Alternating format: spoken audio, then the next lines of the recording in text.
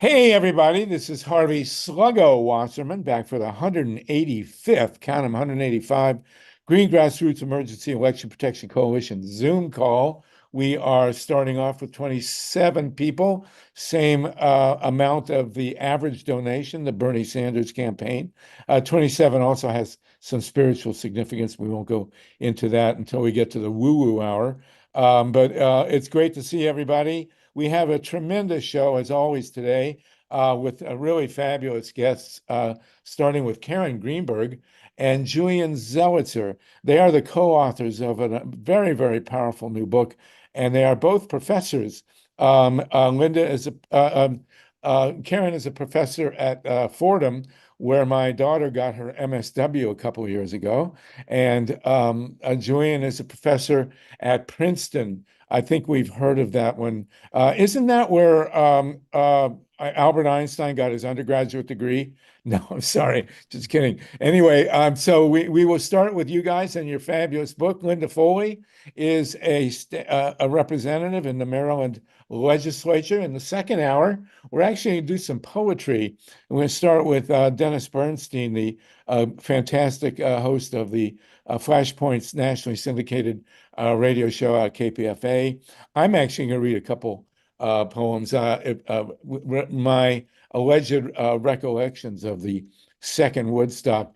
But let's start out. We are really, really honored to have Karen with us and Julian, professors and real experts on the world and of course the American political scene. I would give you both a full introduction with your bios, but that would take the full hour.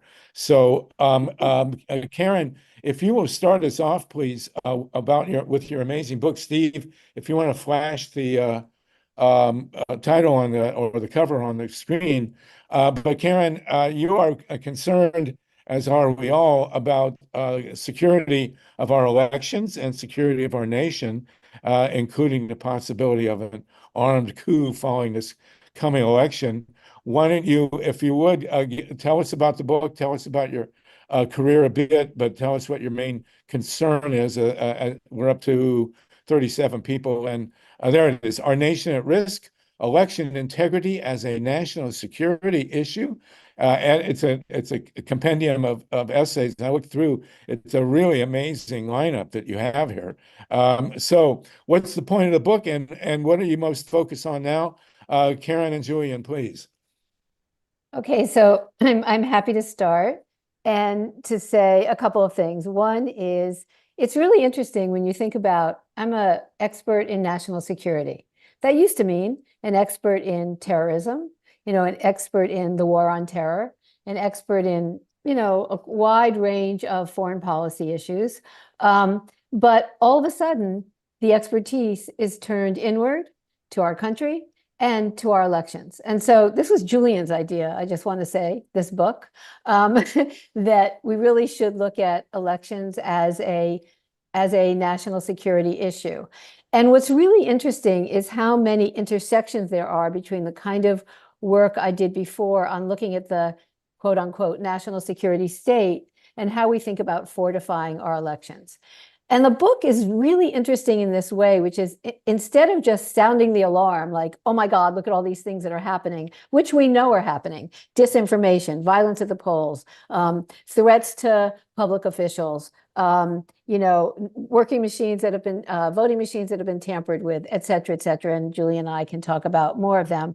The really interesting thing here is that this has been going on for a long time. We've had vulnerabilities throughout our elections from the earliest days of the Republic until now. And we fixed them piece by piece by piece, not well enough, but enough that we've gotten to this point. And recently, and Julian may disagree on this, but recently we've done a number of things, we being the federal government, Congress, a number of states, to protect our elections, given all of the alarmism. And the real question is, are we ready? Are we ready for this election? And that's kind of what we're here to discuss today. And I'd be more optimistic than most people, but that's because I insist on being optimistic about things rather than pessimistic. But I really do think that especially in the wake of the decision of Biden not to run, the energy and the enthusiasm and the clarity of the issues in this election have put us into a new framework in terms of it just being, oh no, what's going to happen, to, oh wow, what could happen. And so our authors in the book look at very discrete pieces of what those vulnerabilities are, what those fissures are, what still needs to be attended by law, by policy, by our officials. And I don't know, I'd be curious to know when readers read the book, if they come away with, yeah, we feel good, we understand the issues, but there's a way forward and there's a path that has gotten us here. And I think they will. They might not, but I think they will. Fantastic. And Steve, if you can, if you'll put in the chat the links to that Karen has provided us for her book, her book with Julian. And Julian, are you in Princeton talking to us from the campus? And No, right now I'm not at Princeton. I'm in Sag Harbor, New York. oh, we've heard of that. Okay. Yeah. So I'll add a few things. I mean, one interesting part of what's happened in this election in the last month, which I've been thinking about, in some ways it makes the issues more pertinent, both because there might be political support now for continuing to tackle some of these issues, including voting rights, in a way that seemed almost moving inevitably in the other direction. The second is it's going to be a closer election now. I mean, from the way in which this was moving, now it's competitive. And when an election is very competitive, as we've seen in 2000, for example, or as we saw in 2020, it's going to ratchet up the pressure, certainly on the Republican campaign, to possibly go back to some of these tactics. So in some ways, I think we might be facing these once again. I think Karen captured what we wanted to do with the book. I mean, part of this is an effort to provide some history, and rather than acting as if, you know, all of these issues were invented in 2020, to systematically kind of pick apart every element of our election system, administration, voting machines, voting rights, and the Electoral College and more, and give people context and an overview of when have these been problematic, how have we tried to or not tried to deal with some of these questions, where have there been progress and where have there been a lot of evidence of backsliding. We wanted to de-Trumpify the story. I think that was important too, meaning obviously a lot of the discussion rationally was about January 6th, was about the 2020 election, but a lot of the instabilities he exploited were there for a long time. I mean, they have been perpetual parts of our political story, including something like voting rights, which, you know, we've seen a reversal of VRA not starting in 2020, but really starting in the early 2010s. And finally, we wanted to bring scholars from different disciplines. I mean, that was part of the excitement of the book: law professors, political scientists, historians, journalists, and more. And we hope that the book kind of has a dialogue within the book of different perspectives and approaches to tackling this question. But we really kind of hope readers, maybe they'll come away optimistic, pessimistic, that I don't really know, but certainly with a much more grounded understanding of what we're talking about when we talk about how can we secure our democratic system so that it's much stronger in years to come. Well, that's precisely what we've been discussing since April of 2020 on these calls. This is the 185th. And it's really, really great to have the two of you with us. Linda Foley, you're in the State House in Maryland. We know you have multiple focuses or foci in your work, but do you want to comment on the election protection issues before we move forward here? Well, let me just say that in Maryland, you know, we are very fortunate in that we have had a very good and broad election system that allows for voting across the board. We've actually improved, made access to the ballot box much easier in recent years. One thing we have experienced that we took up in the last legislative session that I think is a problem around the country is threats and violence with respect to election workers. And of course, what that does is it tamps down the enthusiasm of people to be election judges and to be election officials. So we did take action in the last legislative session to try to protect election workers, more vigorously. So I really applaud the two authors for their work that they're doing, and I look forward to reading the book, because I think this is one of the seminal issues of our time, and is, of course, critically important. We can't do anything else unless we have truly democratic elections and get democratically elected leaders in a fair way. So thank you for the book, and thank you for your work on this. All right, so thank you, Linda. Again, you're a delegate in the Maryland legislature, and we applaud your work.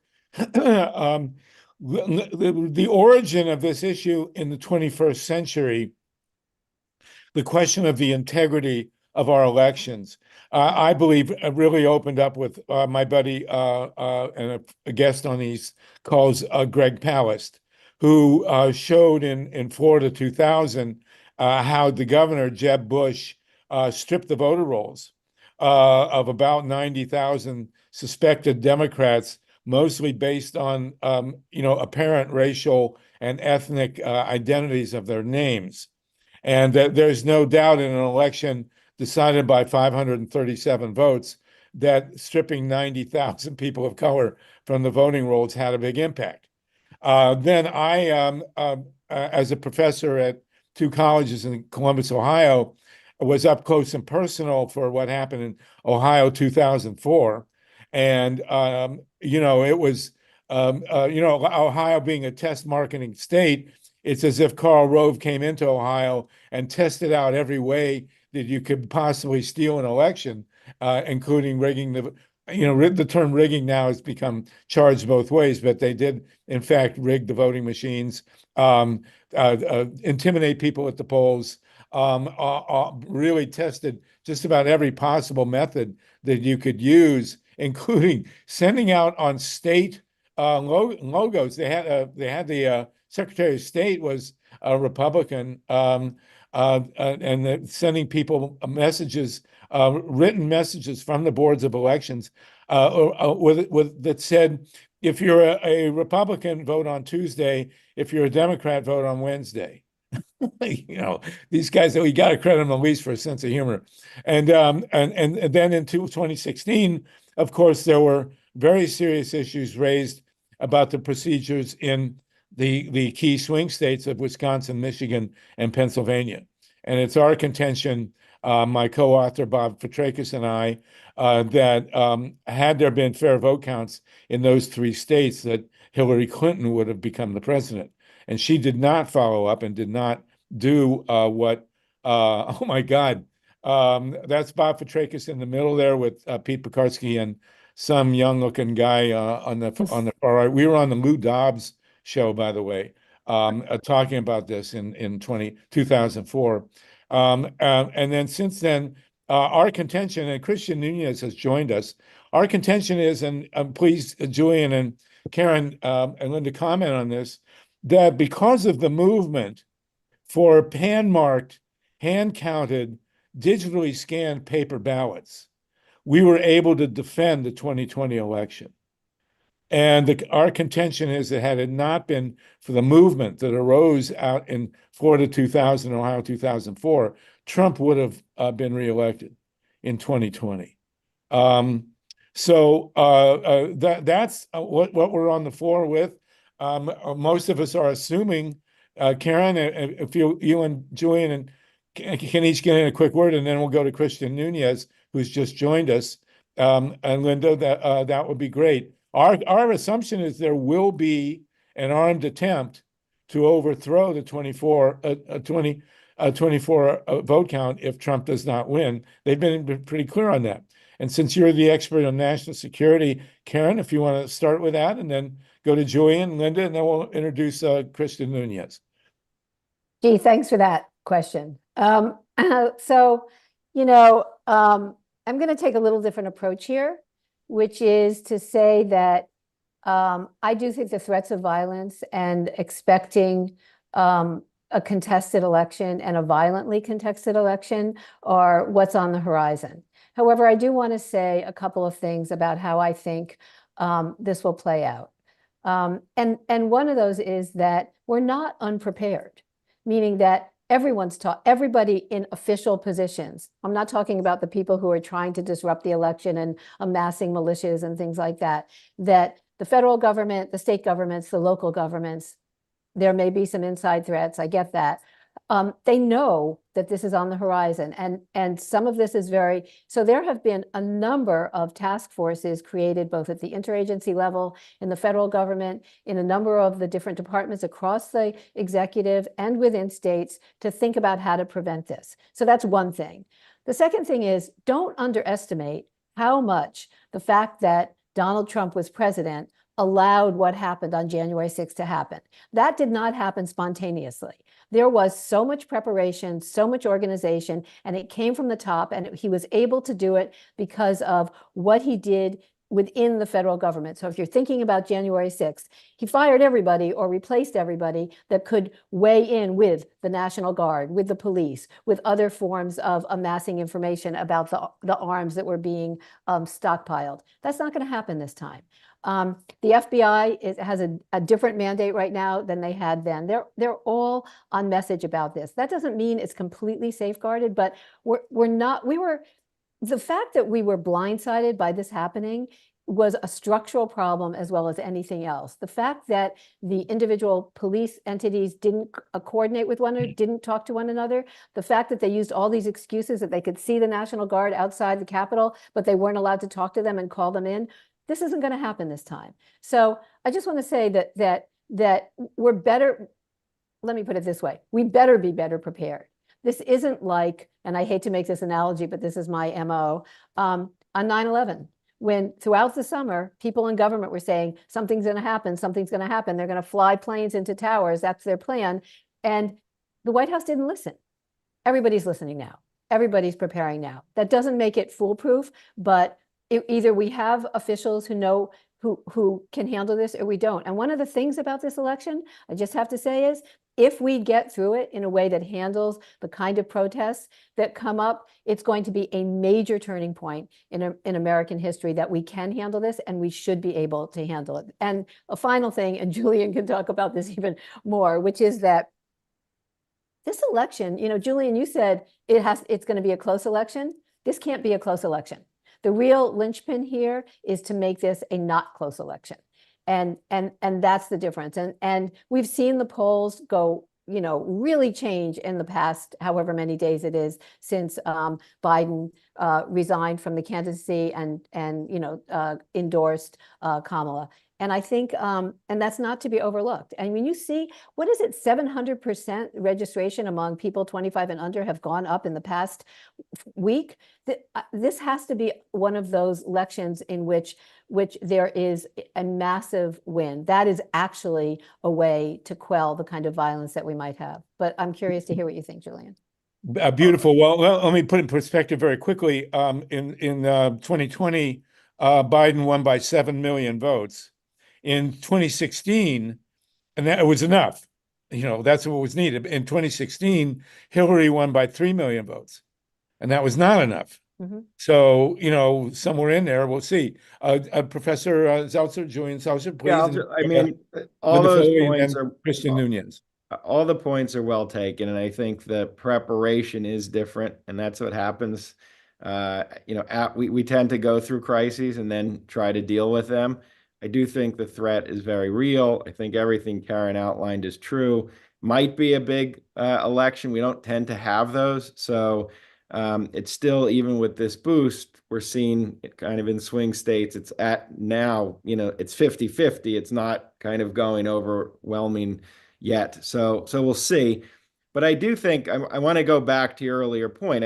So one issue, one bucket is security in terms of physical security. And I think that's incredibly important. Another is voting security. And I think what you were pointing to when you looked back at Ohio in 2004 and even Florida in 2000 is, and this is what I trace in one of my essays, we've just seen a real massive escalation of the effort to gut the Voting Rights Act of 1965. It's been systematic. It has been partisan, meaning this has been a red state Republican phenomenon. There's been a kind of move away from where we were in the early 80s, where there's still bipartisan support. That legislation has been gutted by the Supreme Court. And in 2010s, again, this is not a 2020 story, we saw really a dramatic escalation of voting restrictions that were put into place. And I think those remain very serious. Some social scientists say the overall effects have not been as bad as some feared.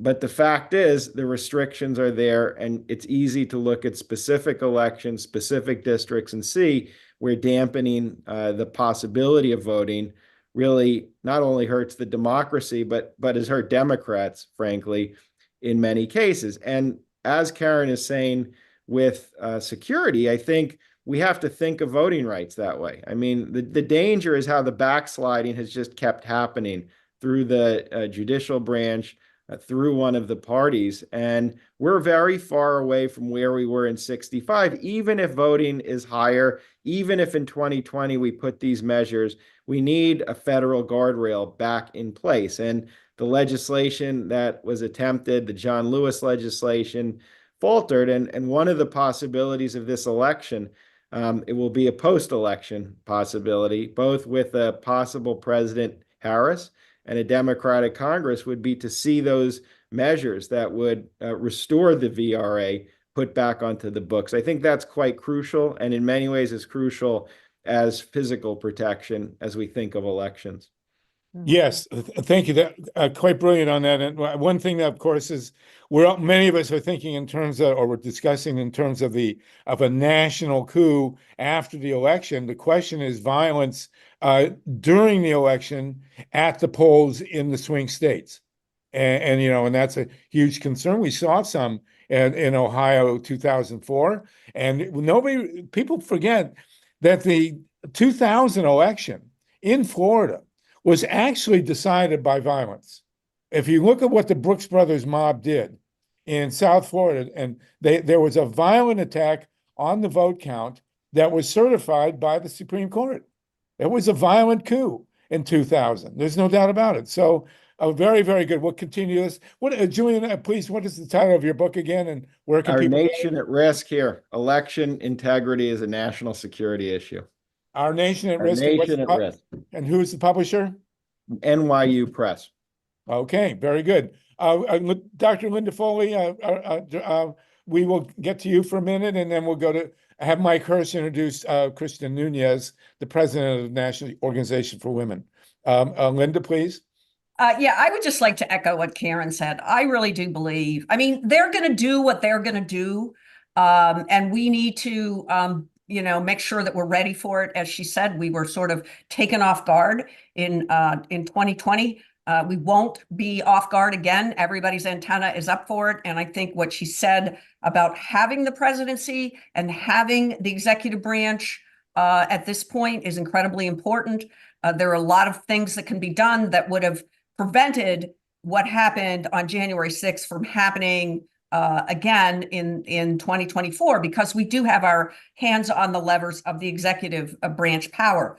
But I also want to underscore what she said about not being a close election. If this election isn't close, I think it does matter. Doesn't mean they won't try to fight. They won't try to come in and overturn the election and try to keep votes from being counted and all the other bags of tricks that they have. But if it's an overwhelming vote, it is much, much easier for us to defend that and make all of that go away. Some of my friends have said, some people say to me, "Oh, I'm very worried because what if Trump loses and then, what if Trump wins, or I'm sorry, what if Trump loses and then, all these, there's going to be all this violence and everything else." They're going to do what they're going to do. We have to do what we're going to do, which is we have to mobilize people. We have to make sure they have access to the ballot box, and we have to get them there in overwhelming numbers so that it really is us very big versus them very little. And if we're able to do that, we can take care of the rest. Doesn't mean it isn't going to be hard. It will be hard, but we certainly have a much better chance of winning. So Again, all of these efforts are important, not the least of which is to, to mobilize people to vote. I've been involved in politics, not in Maryland so much, but just, across the whole spectrum of politics, including I've been a journalist and I've watched this for a long time. And I just got to say that these organic organizing efforts that are happening now around the Harris campaign are very encouraging, because those people are going to vote and they're going to get other people to vote too. So I think that that's very encouraging. If we can maintain that and we ride it all the way to victory, a big victory, I think that goes a long way to helping secure the vote. Well, thank you, Linda. And speaking of organizing, Mike HERSH, I'm trying to unmute you unsuccessfully, but I have successfully unmuted. Oh, there you go. Mike HERSH, we're really thrilled to have CHRISTIAN NUNES with us. And CHRISTIAN, it's good to see you again. You've been with us many times. Mike HERSH, do you want to introduce the president of the National Organization for Women? Absolutely. And I'd also like to say a few words about Delegate Foley as well. She mentioned she's a journalist, and you can hear in her presentation how sharp-minded she is, how deeply she thinks about things. She's not just been a journalist. She was also the national president of the Newspaper Guild. She was also secretary-treasurer of the AFL-CIO Department for Professional Employees. She's been an exemplary public servant in the Maryland legislature. The portfolio of legislation that she has led the way on, including especially the environment and also economic fairness for working people and protecting workers and people from abusive housing, and on and on and on. If I listed all of her accomplishments, we wouldn't have time for anything else. So it's just so wonderful to have you with us, Delegate Foley. CHRISTIAN NUNES. Oh my gosh. CHRISTIAN was a social worker.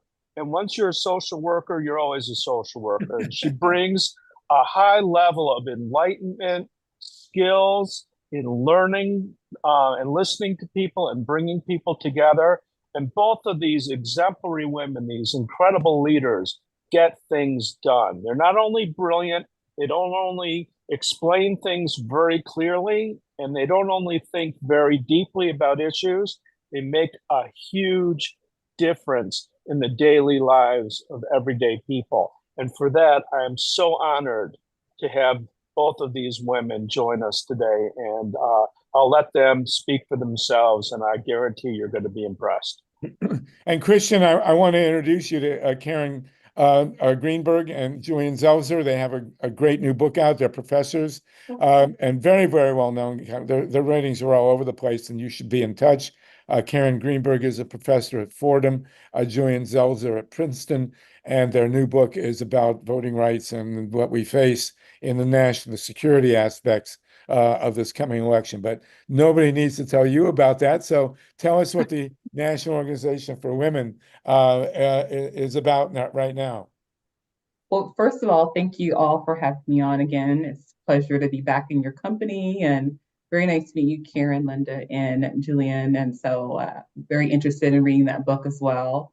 The National Organization for Women, we have really truly been in this fight for, rights, civil rights, voting rights, women's rights, since the start. Since we were founded in 1866. And I think right now, as we look at what's just unfolded this past week or so, we are extremely excited and prepared. I say those two together, right? Because understanding the work that is in store with women, the attacks that we have been seeing on women, I think we have to be realistic. And I think Karen pointed this out very well when what she was saying is just the importance of how we have to organize and go further, right? We have to make sure it's a very large difference in how we're pushing forth this, and it can't be a small win. It has to be a very large win. And the fact that we've had so many members of ours be so encouraged and willing to get out there and do GLTV work get out the vote work, organize around this. We're really excited about this. Part of the work we do and now is from an intersectional feminist perspective, approach, and that is really understanding how, different types of identities affect your different levels of oppression and things like that. The reason I'm bringing that up is I think it's really important to understand how that's going to play into this presidential election. We have a woman of color that we are anticipating being our presidential nominee for against Trump, right? And we already know right there, but we've already seen how they've already started, that there has been lots of sexism and racism that's already been put in play. And at the same time, they're trying to position it we've seen the organizing efforts that have been like huge, just amazing organizing efforts from all different groups coming together in solidarity to make sure that we're picking and choosing a candidate who we believe will save democracy for us. There has been like attacks to try to say that now people are trying to do identity politics. They're trying to divide, they're trying to create this information that is not true. But I want to say that we have to think about what we saw in 2016 and how we have to, as voters and organizers, make sure that we are constantly combating that disinformation information that we're seeing, because that's going to be our role. Like when we are seeing this information about how they're going to come at her and try to attack her and target and belittle her credentials and her leadership, we have to make sure as organizers and activists and people out there registering the votes and people who are trying to mobilize as communities, that we are saying the same message. And we're focusing on who she is, her credentials, her leadership, and her capabilities of really changing a place to create and save our democracy, because we know what the alternative is. It has done. I can't even say will do. It has done. And I think that's an important part that we as an organization are really trying to focus on, is making sure people understand why this is so critical and so important of this presidential election, and the work that we must do to really educate people on the issues and the risks that are out there for women, what we're facing, what all marginalized communities are facing, and what the Trump and Vance and Project 2025 is really trying to do, and how that would really have an impact on all of our lives, not just one group, but everyone. And so we're really trying to focus on that and really make sure people fully understand and create lots of education and awareness about that, and how those two are interlinked, how that ticket is definitely interlinked with Project 2025. And that is very anti-democratic. And just paying attention to the messaging that they're displaying and making sure as we're going out, we have consistent messaging that is really promoting and talking about her leadership, her capabilities, her leadership she's demonstrated as vice president, her leadership she's demonstrated beforehand, and even not focusing on political affiliation, but focusing on how do we save this democracy, right? And what does that look like? And how we are choosing to pick someone for president that we feel will really save our democracy. I think that's important to say, because right now, everyone will try to make it be about something else, but this is not what it is. We're at a time and place where there are serious threats at risk for everyone's freedoms, their liberties, what they're going to see. And if we as voters and organizers don't get out there and make sure people are equipped with the right information and fully aware of what's really happening, the truth, we know that the extremists and the opposition is going to try to constantly feed messages with disinformation, not as kind of the strategy. And it's our responsibility to make sure that people we love are educated and knowledgeable about what's truly at stake, what truly is happening, what the truth is. It's really just in general, because I think there's a lot of truth that's not out there, and it's easier for people to open up Google or TikTok and IG and read an article and not verify it. So we have to make sure that we're doing everything in our due diligence to make sure we're informing people with truth, facts, and information and resources. now Right. it's going to be doing that. So I want to encourage everyone to get out there and do it. So I assume that now has endorsed, officially endorsed a candidate. Is that correct? Yes, our now PAC, our Political Action Committee, has officially endorsed VP Kamala Harris for the presidential nominee. And we actually did that the day the news broke that Biden was stepping down. He was endorsing her. So our PAC did an emergency endorsement, and we were able to endorse her and get her endorsement.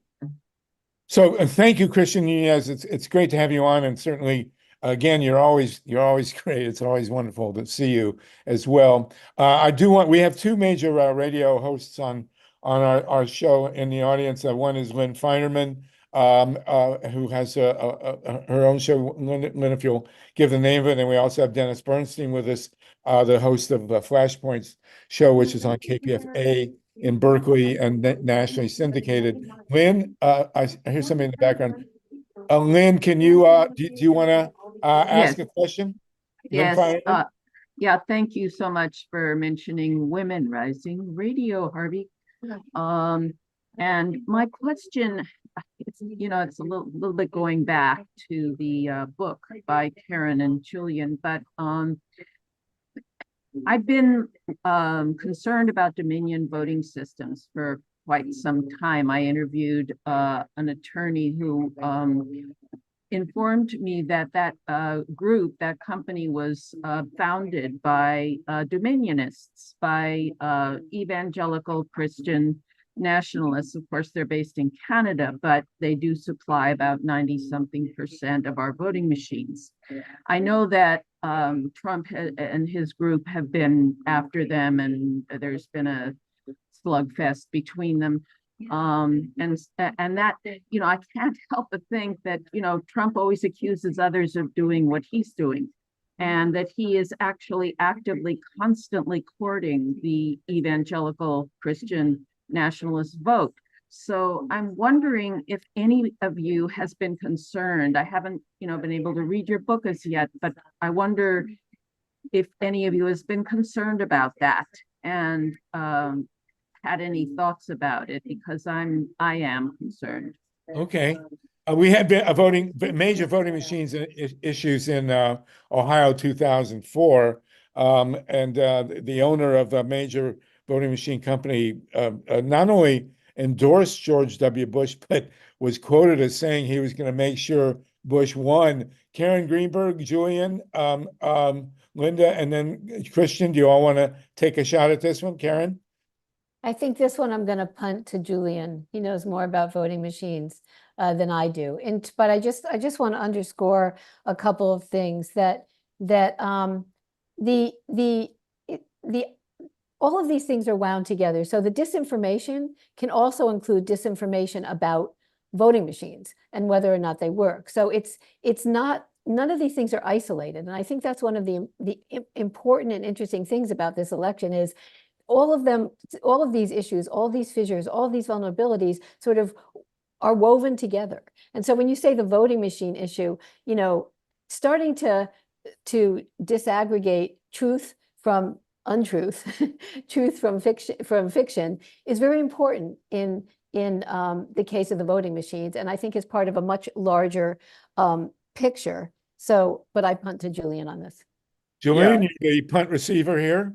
Sure, of course. We actually have an interesting essay by a political scientist named Charles Stewart, who not only is he an academic, he's been working on voting machines since the 2000 election with government initiatives to try to fix some of the problems. And he has a more positive assessment of what voting machines have been able to do and their strength. He does actually write about the need for backup, and he talks about paper backup, which goes back to your comments earlier as being quite important. But there has been progress, and even if there is pressure, I think it's incumbent on us to kind of see if there's evidence of any kind of manipulation.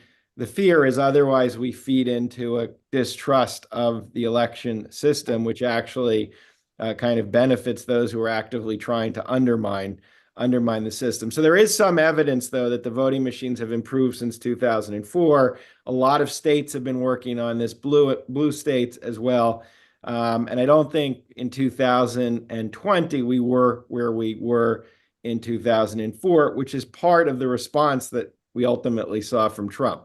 I mean, it was a frustration. But the second part is we have a great chapter on states and the administrators of the state who ultimately are the persons who are responsible for overseeing this and making sure any kind of untoward activity doesn't happen. And so while we love to follow the presidential race, rightly so, the congressional races, I think these state officials have really become quite important, not only in will they follow through with what the voters decide in terms of the Electoral College, but are they overseeing the machines, the poll workers? Are they making sure that the system is secure? So that's a little bit from our book that I think might be interesting. It is interesting. Yes, Linda, and then Christian, and I want to throw in my 2 cents worth. Go ahead, Linda. Did you have anything to Thanks. say on that? I don't know that I have that much to add, except Okay. to say, just to underscore that I think the backup, the paper backup, I think we all recognize that that's very important, that needs to be part of the system. And it doesn't have to be inefficient. It can be woven into how the voting machines operate. So I think that's really important to make sure that there's integrity. Yes, you're 100% right. Christian, did you want to jump in on this issue? I just would support the integrity of the election is really important, and making sure that, they're doing their best to have people out there trained, people that are preventing anyone from trying to scare voters, and just making sure that there is a clear backup system as well, I think is really good. I think integrity is going to be huge for this election. So let me jump in real quick because we were involved with this. The paper ballots in Florida were a disaster in 2000, as you recall. They put in these butterfly ballots, which are completely a mess and designed really to create confusion, and they succeeded with that. As you remember, there was that whole thing with hanging chads. Those were actually paper ballots.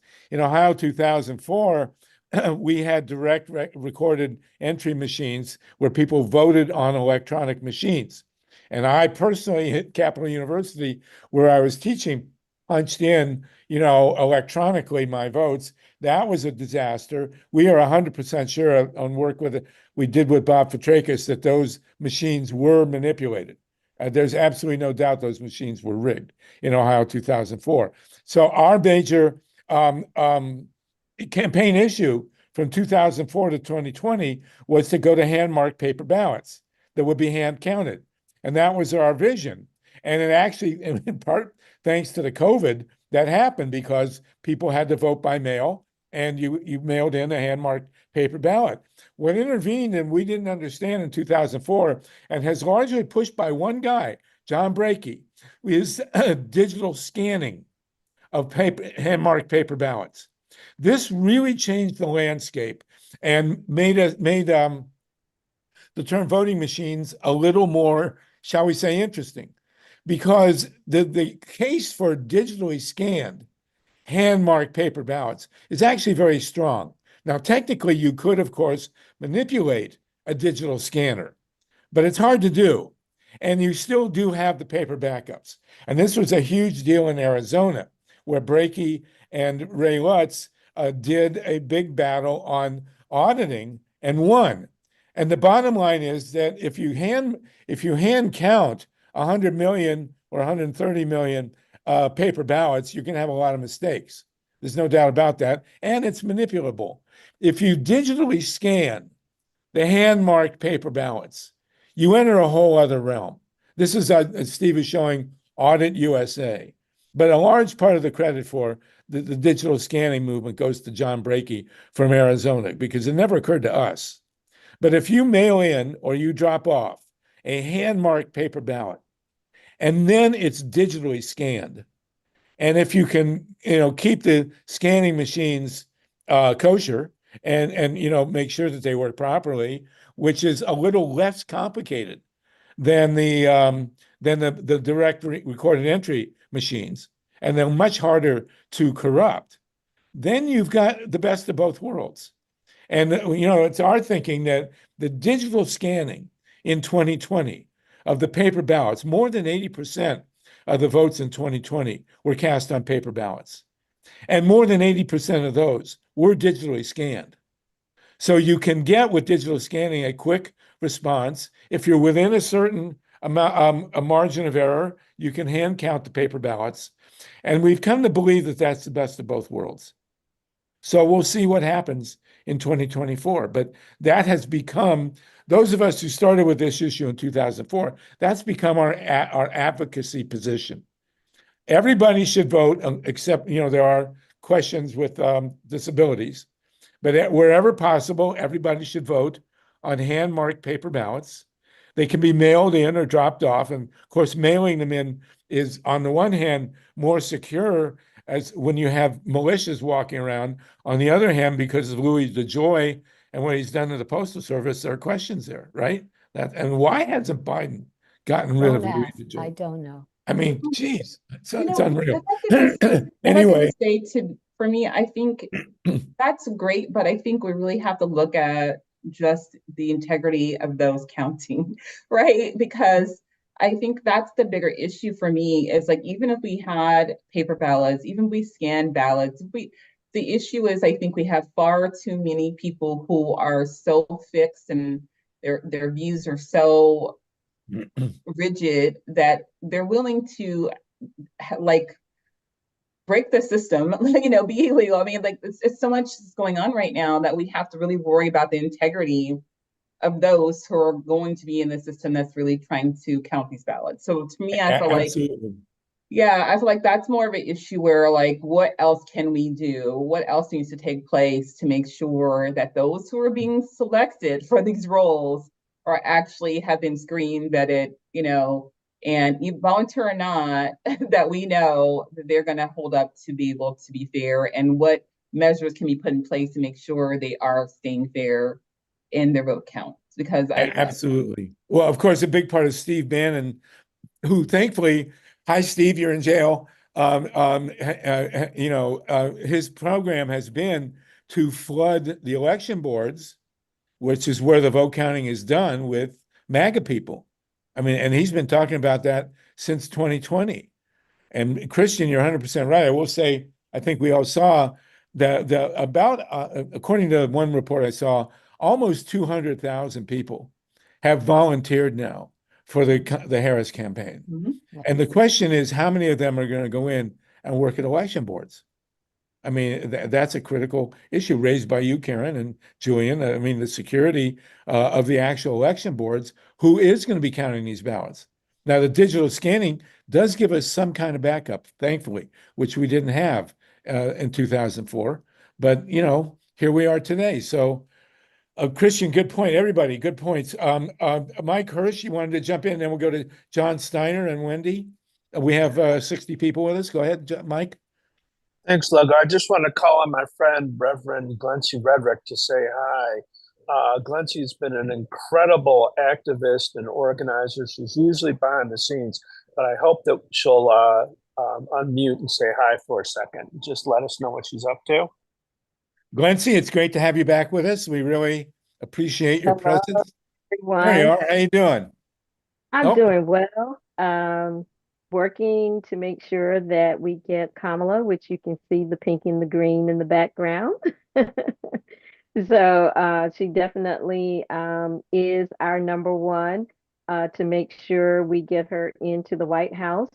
And the work that we're doing is here in North Carolina is about education.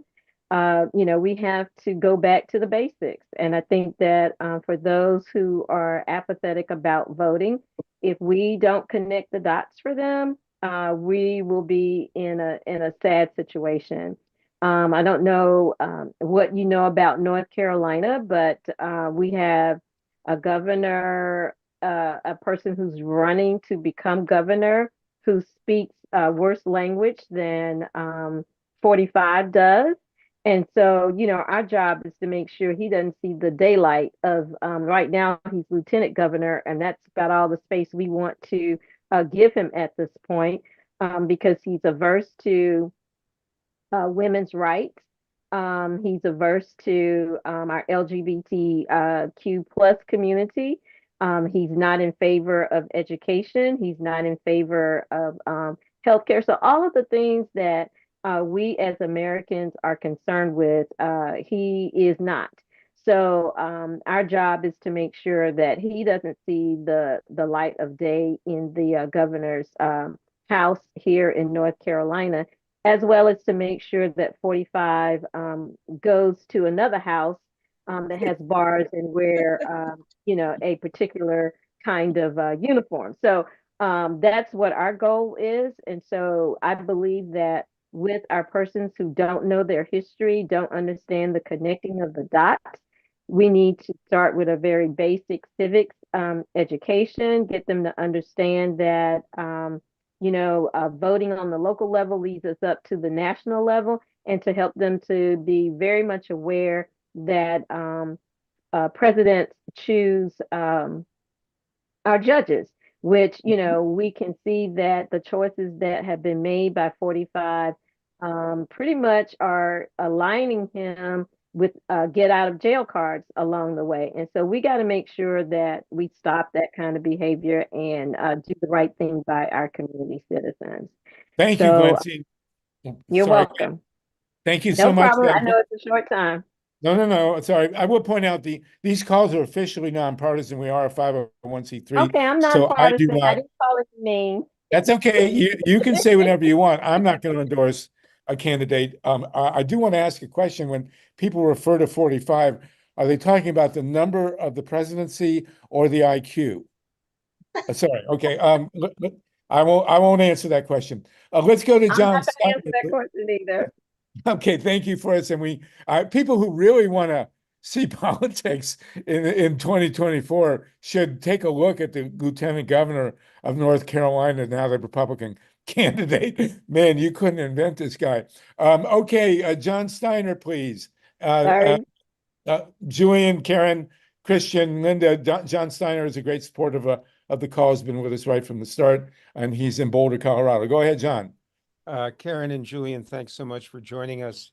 Yeah, my wife, Margot King, and I do live in Boulder. We've gotten to be good friends and supporters of Jenna Griswold, our great Secretary of State, who's also chair of the Democratic Association of Secretaries of State. And we just wondered whether you're in touch with her at all about how much you bring to the table in support of the elections in November. Not yet. I don't have a contact with her, but I would be honored to speak with her. Let's see if we can make that happen. Thanks. So I have all of your emails. I'll put you in touch with each other after the call. John is a great activist and been with us for a long, long time. John, is there anything further you want to say? That's it. Another great call. Oh, yes, it is phenomenal. Christian Nunez, you want to jump in, and then we'll go to, you haven't spoken for a bit. Let me see if I can unmute you, boy. That's the toughest part of this job. I'm good. Okay, good. All right, Wendy Liederman. Wendy's in South Florida. She has been a canvasser in South Florida for on the women's rights issues and much else. Has a very good sense of grassroots politics in Florida. Go ahead, Wendy. Thank you. Yeah, it's great to see you again, Christian. You've been with us before. I remember talking about water issues and things a while back with you. It's fabulous. I'm going to be really quick, actually, and I'd love to talk with you more, Christian. But on the ballots, I'm really excited to talk with you guys. I'm actually I just started working with Ray Lutz, who ran the numbers in Arizona, and if you're familiar with Audit Engine, and John Brakey as well. And really just wanting to kind of unite the movement in like an education campaign and the whole process, because I don't think people understand that verification is part, from registration to verification. And so also pushing for standards of preservation of ballot scans and having independent third-party audits, and also preserving privacy. So those are my basic ideas. So I would just love to connect with you guys more, because it would be remiss not to. So I'm going to put my email in the chat, and it's just really great to meet you. And I'm so sorry to jump in on your time, Christian. I'm really excited to have you guys. So thank you all. Oh, no. Thanks. All of our time. Good to see you again, Wendy. We also have with us Dennis Bernstein. Thank you, Wendy. Much appreciated as always.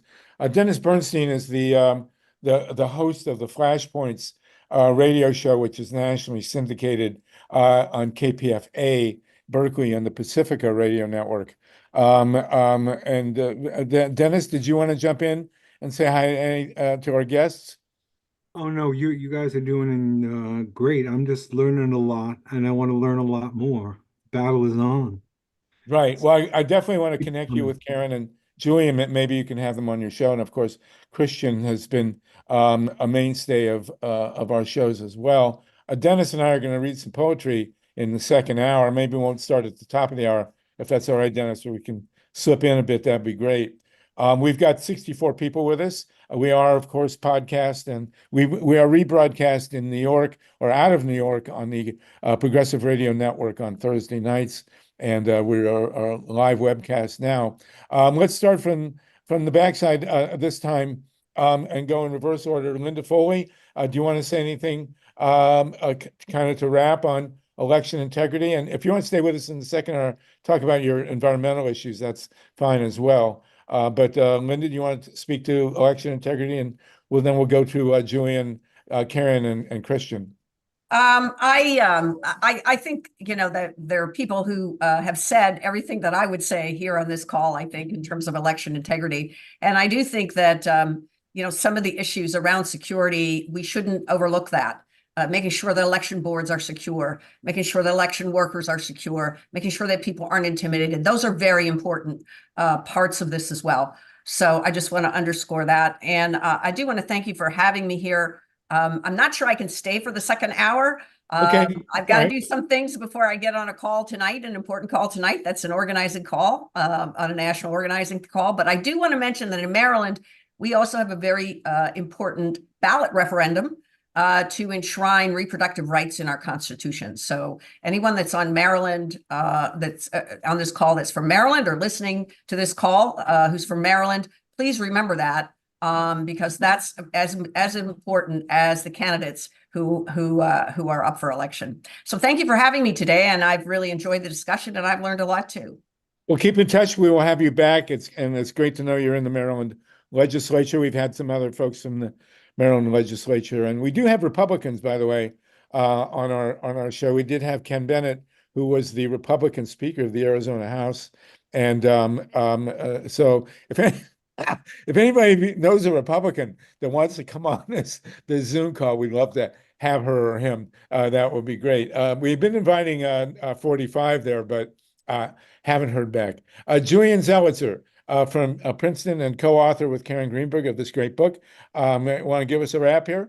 Yeah, just two things. One is I do hope people can buy and enjoy the book. We do have authors trying to provide real information, real context, a real history of all these issues, which I think will empower everyone to actually tackle them more successfully and in sophisticated fashion. And second, especially for younger participants, I was just in Mississippi doing research for a book about 1964 and voting rights and Freedom Summer.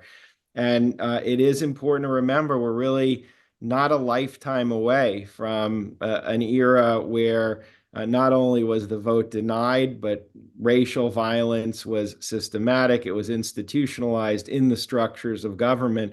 And so that's right beneath the surface for all the progress we have made. And there's very good progress. 2020 is not 1964, but that is still there. It's very deep in the body politic. And so when we see backsliding and ways in which our democratic system are being undercut, we have to take them seriously and stop it immediately and move in a direction of strengthening rather than allowing our system to erode. Very well spoken. I do want to remind people that in the 1896 election, William Jennings Bryan against William McKinley, more than 30 people were killed. I mean, in the 1800s, it was a regular occurrence that large numbers of people were shot and killed and lynched during the elections, especially in the Reconstruction era after the Civil War. So, many of us are more concerned about violence during the election at the polls than about, a one-off attempt to overthrow the government afterwards. But we'll have to see. Karen Greenberg, please. Yeah, so a couple of things. One is that in addition to violence and all of those other issues being there just beneath the surface, like Julian was pointing to, one thing we haven't talked about today, and so I just want to quickly pay, and then the book does deal with this, is the role of the courts. We haven't really talked about this, but the same way that you talk about Steve Bannon sort of, infiltrating the election boards and poll workers, et cetera, trying to, use this and a long-term strategy. We've seen this in the courts, the lower courts as well as our highest court. And so in the last election, how many dozens of court cases, more than 60 cases were brought claiming some form of election deception or fraud and were thrown out. We don't know what's going to happen this time, and we particularly don't know what's going to happen with this Supreme Court. So I think all of these things are all of the things that we can resolve on election day prior to election are very important going forward, because who knows what's going to happen when the courts get involved. And that is one vulnerability that really worries me and something our book very much addresses. But the final thing I want to say, which is that elections are messy. Democracy is messy. It's a point Julian and I make over and over again when we write, when we talk, and I think the books makes this point. And in a way, that's okay.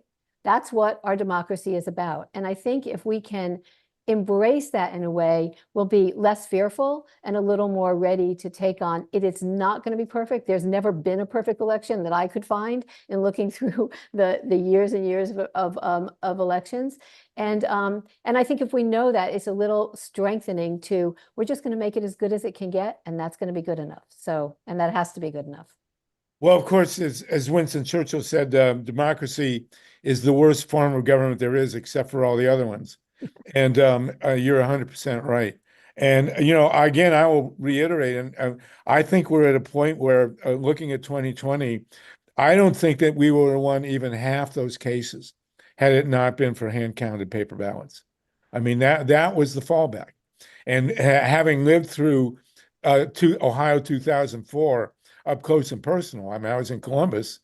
Trump in 2020, if the elections had been done on electronic voting machines, there's no way that we could have protected the vote. Absolutely no way. So let's be thankful for that. Let's, for God's sakes, get somebody to run the Postal Service that we can count on. And let's be thankful and protect paper ballots. But we are very concerned about who's going to be on the election boards. And that's a big deal, and we need to address it. And by the way, both of you, if there are, I looked through your list of contributors. If there are any of your contributors that want to join us on this call, we will be glad to have them. So be in touch with me, please, and we will continue to promote your book and deal with it on that level. Christian Nunez, you get the last word on this. Sure. And you are the greatest. It was really great to meet you in Santa Monica many years ago. Yeah, And it was great. It was fun. great to have you on the show. We want you to keep coming back, but tell us now what the National Organization for Women are going to do. So we are continuing, we're going exercising, we're getting out there. We are doing GOTV grants to make sure we're working in coalition with other partners in different states to get out the vote. We are also nonpartisan, so we really focus on education and awareness, particularly focusing on our 6 core issues, which are intersectional, making sure voters are aware, educated, know how to vote. I like what Reverend Glincy said about, going back to the very basics, making sure people understand, and not assuming that voters understand, because they don't. And we're also encouraging, making sure that we're, getting to voters from everywhere, rural and not just in the cities, that everyone we're talking to everyone, because many times, many voters that are disenfranchised are left out because they live in rural communities or they don't have access to public transportation. So we want to make sure that we're connecting with other coalitions and partners in the different states that are doing that work. And I just want to say this to kind of wrap it up a little bit. I think the biggest difference that I'm seeing right now that we are at risk for, that is very different from what we saw before, is that, we are at risk of seeing, like, to me, I feel like almost if Trump, I just want to be very frank. Like, if Trump wins, I think we're going to see times that were back way before the Civil Rights Act, right? I feel like that's kind of direction that he speaks of, that he goes toward, the erasure of civil rights and constitutional rights.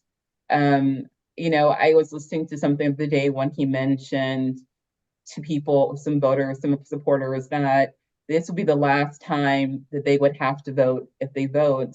And I just think we have to pay attention to the undertones of those messages and what he's saying. And we are not here. Our country's a democracy, and we have to make sure people understand the importance of understanding if they don't get what's at stake if we don't all get out and vote, and also understanding that even if an issue does not particularly affect you, it affects someone that you know and someone that you love.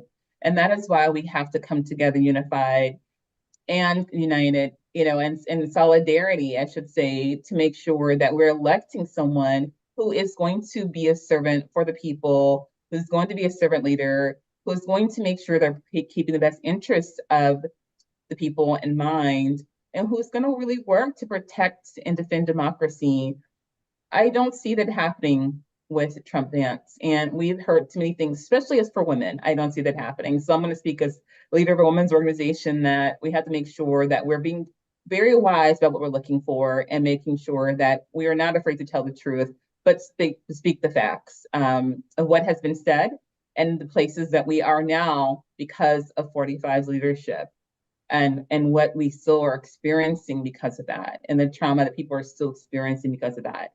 So we cannot continue to go that path, and we must make sure we do everything in our power to educate, encourage, and get that vote out. That's going to really make sure that we're all protected and safe.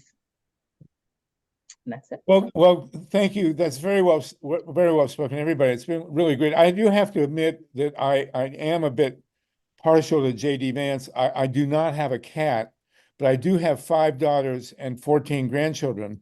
And so the way I calculated, if J.D. Vance gets his way, I will have 20 votes in the next election. So we'll see how that holds up.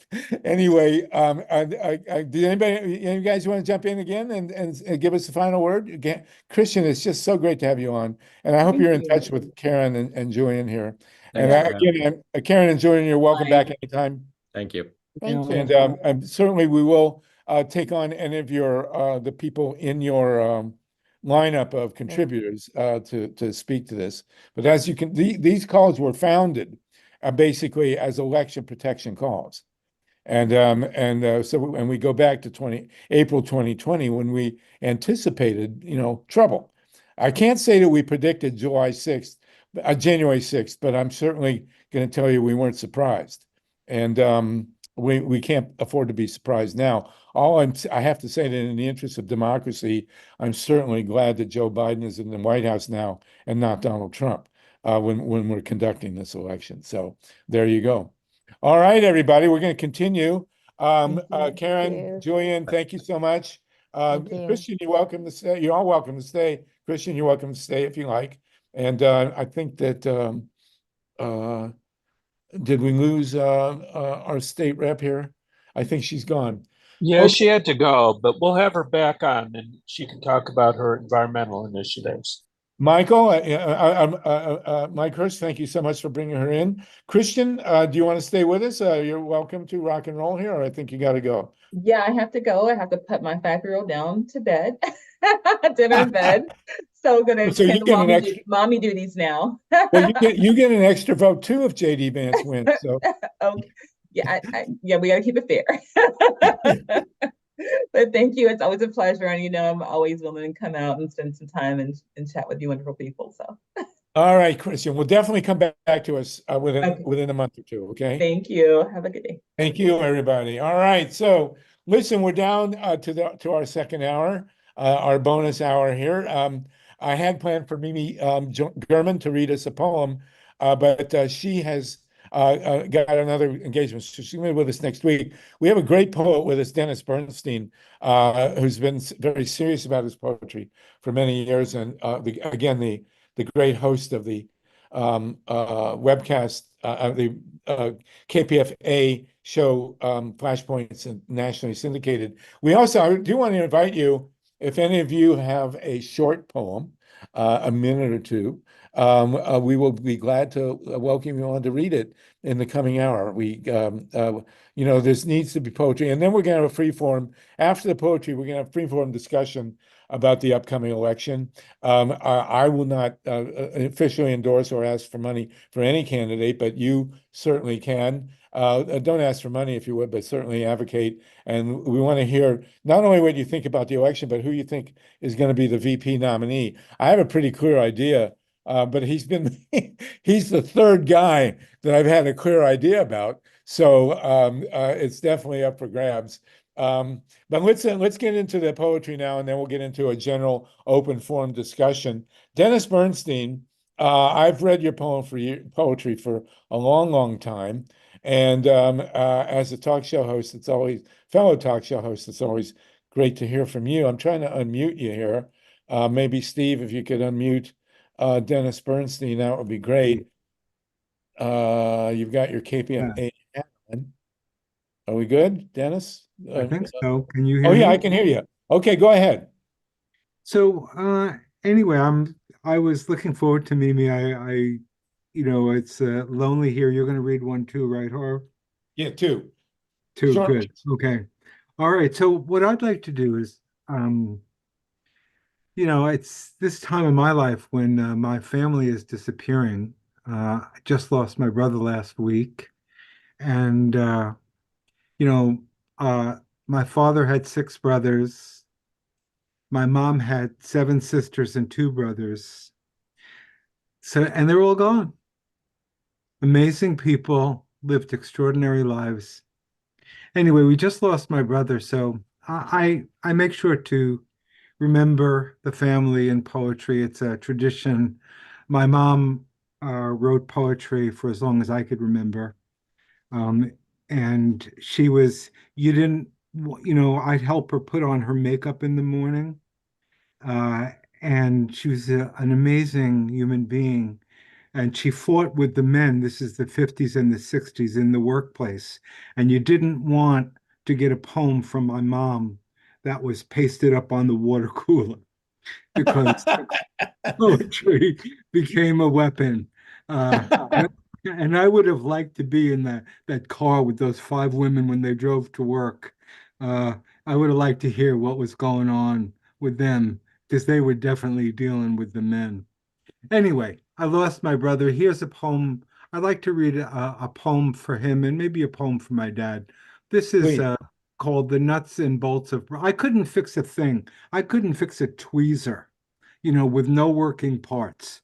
But my brother was a master at fixing. He could take, he's the kind of person he'd see inside the machine. He could see the things moving and know how things worked. So I used to help him fix his cars. He always loved cars and he had all kinds of cool cars.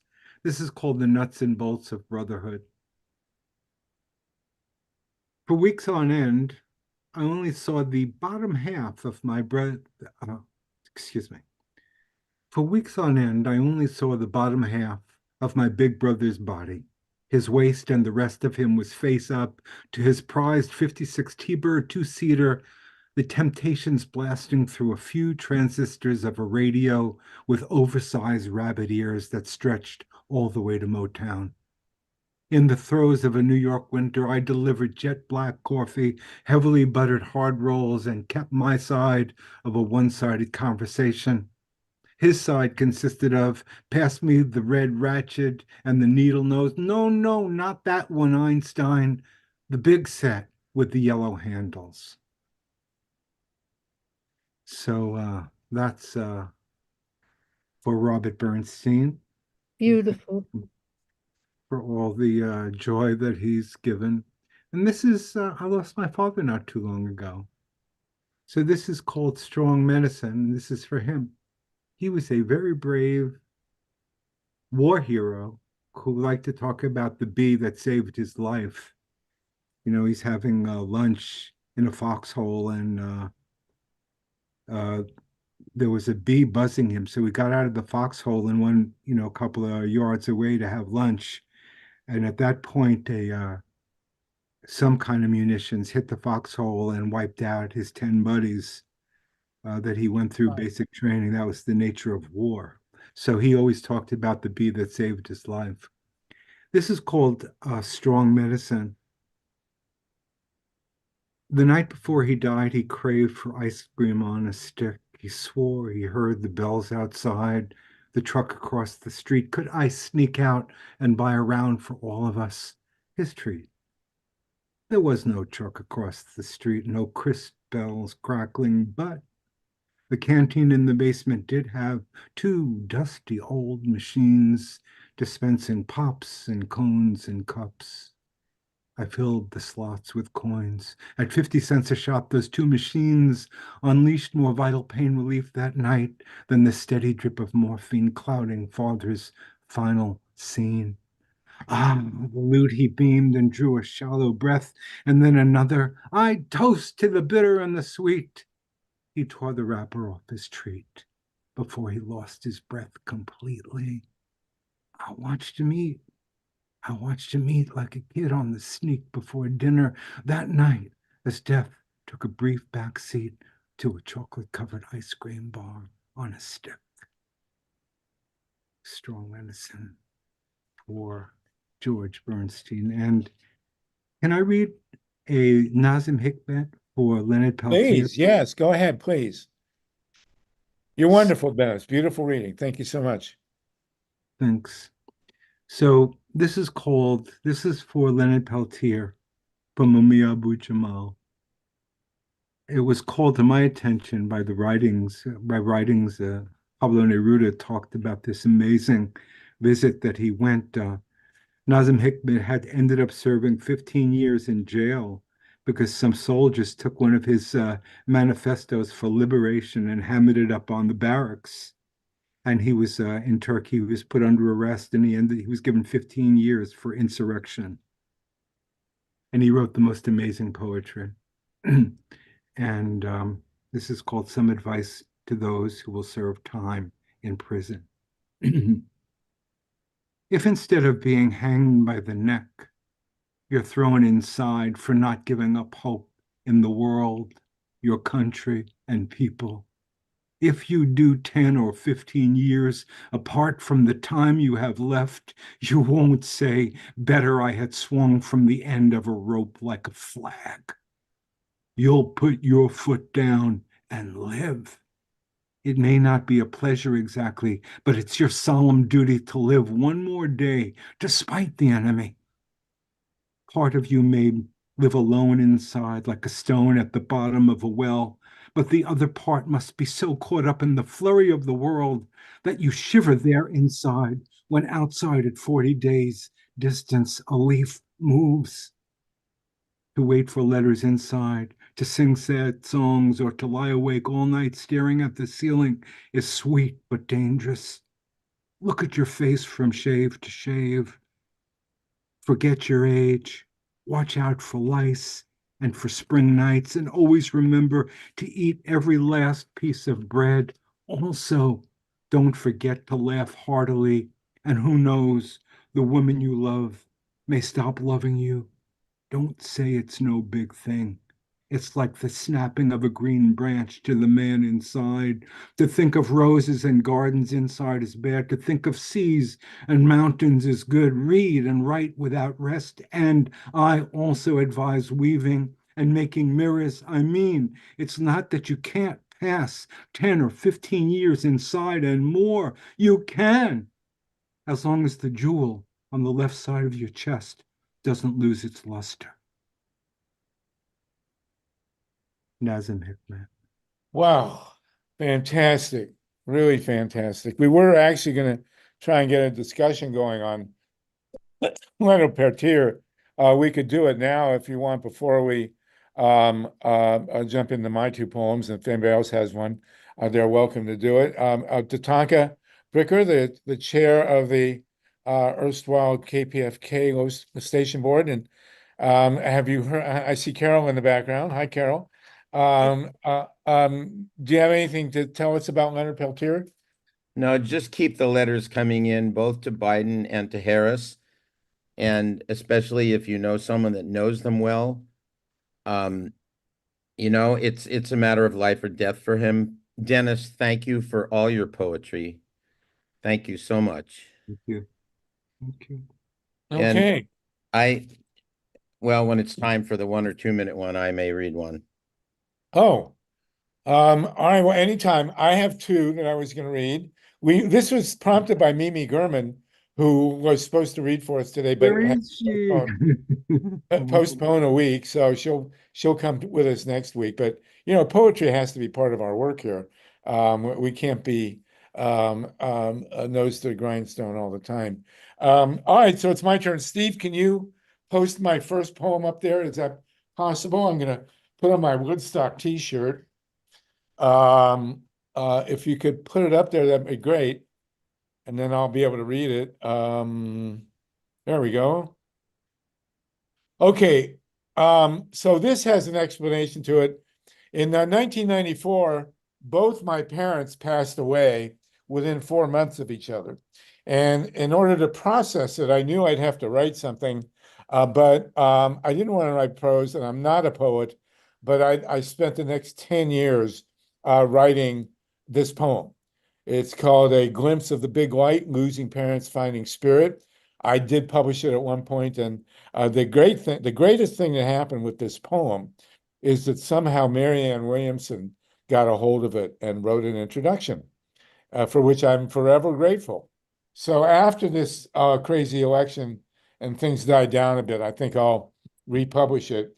And I added this verse in the middle of my parents passing away. My father passed away in April, and then my mother in August. Greenpeace, I was senior advisor to Greenpeace, and they asked me to go to speak at Woodstock, the second Woodstock. Can I control this here? The first Woodstock, the line is, if you remember being there, you weren't. So this one, Steve, you got to go to the top there, please. There. Okay, thanks. I guess I don't have control to scroll down, but so you'll have to follow me. So in the middle of my parents dying, my dad had gone and my mother was on the brink. I flew to upstate New York on a Friday and then flew back on Sunday night, and I spoke at the second Woodstock where there were 350,000 people. And here's what I wrote about it. Woodstock 2. Deep in the midst of my mom's impending departure, I got a call from our beloved Greenpeace USA. As their senior advisor on nuclear issues, they wanted me to speak for the trees at Woodstock 2 in upstate New York, an exact quarter century after the first immortal gathering.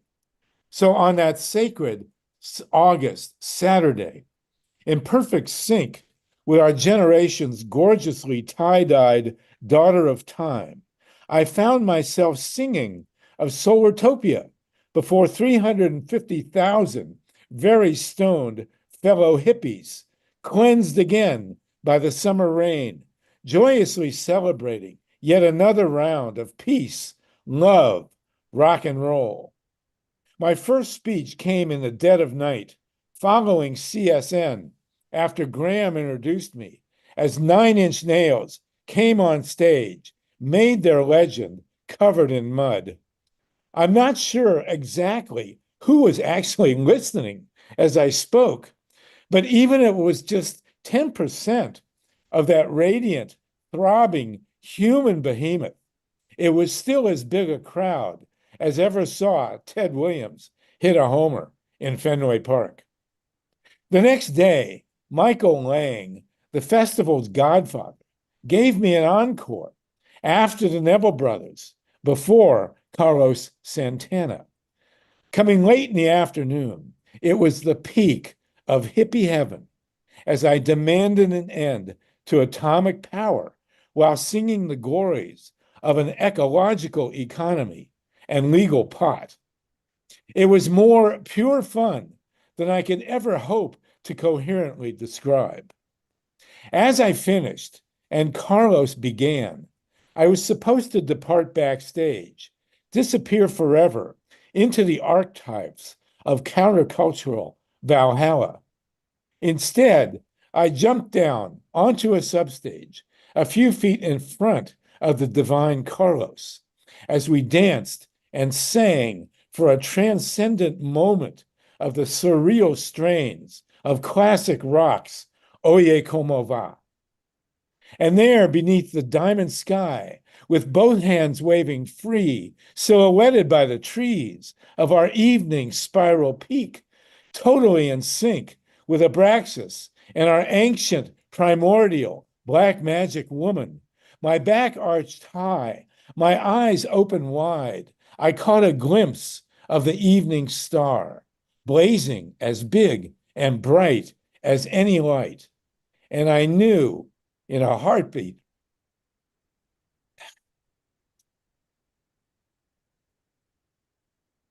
that my holy mother, the cosmic spirit, Bodhisattva goddess, in whose womb my life began, was ready to leave this earth now. Sorry about that. I didn't know if I'd be able to get through that or not. There's a second poem, and then I'll relinquish. Thank you very much, Steve, for getting me through that. Beautiful job on the follow the bouncing ball. Can you put up the second one? Okay, take off the Woodstock shirt. This is called Shoshi and Daddy in the Park on Mother's Day. Hold on. Shoshi and Daddy in the park on Mother's Day. Just the two of us in delicious, mystic dark of a peaceful park on a perfect night in early spring. She on the swing, me pushing, completely content to do just that. Time has ceased to exist. This deeply wooded suburban paradise, gorgeously quiet, chill and damp, amidst a sacred Sunday's vernal shade, Mother's Day, only us, the bracing air, the magical darkness, and the wary Bambis. I push the swing forward. It comes back. I push again. We are silent, except occasionally I ask, do you know how much I love you? Yes, Daddy. Her four front teeth, two on top, two below, are now missing. As the replacements grow slowly in, as mine will not when they also fall out soon enough. She'll be 7 in 2 weeks. That toothless gap makes her talk with a loving lisp, impossibly cute. That sweet grin, fully vented, she gives me a smile and pushes her tongue through. When we're together at moments like these, nothing lacks. There is no need, no further desire, no hole in the universe, no gap in time that is not filled with our magic. Thank you for this, whoever you are. But most of all, her mother. It's her day, and this absolute angel, plus 4 mystic sisters, are her infinite gifts, beyond all reckoning and delight, that can only be repaid in love and gratitude, in a perfect silence made forever holy. You all feel so perfect in my arms. All right. Thank you so much. So, who's got a poem? Tatanka, you got one? Yeah, I've got 2 of them that I won't read because they're too long. But sometime one is about Magic Johnson called Magic and Me, and the other is for my grandmother. But they're too long. So there's one that I do as a drum song. That's short, like a couple minutes, and it's called Two Hearts, One Drum. So I have my drum here. I don't know where my drumstick is, so I'll use my little pen.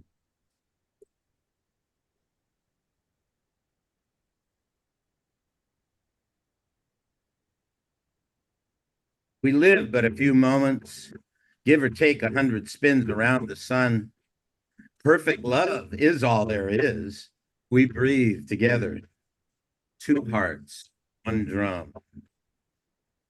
Your tree dances in my gentle breeze, your back warms in my sun. Perfect love is all there is. We breathe together, two hearts, one drum. This is so far beyond anything I know. This is so. This is where I am. This is where I want to go. This is so. My life turned upside down, sun below, earth above. Doesn't matter now where I go. Where I am is perfect love. Perfect love. We live but a few moments, give or take 100 spins around the sun. Perfect love is all there is. We breathe together. Two hearts, one drum. Your tree dances in my gentle breeze, your back warms in my sun. Perfect love is all there is. We breathe together. Two hearts, drum. Perfect love is where I am. All there is where I want to go. Perfect love is two hearts. All there is, one drum. This is perfect love. This is so. There is. We breathe. Two hearts together, one drum. We breathe. Two hearts together, one drum. Two hearts, one drum. Two hearts, one drum.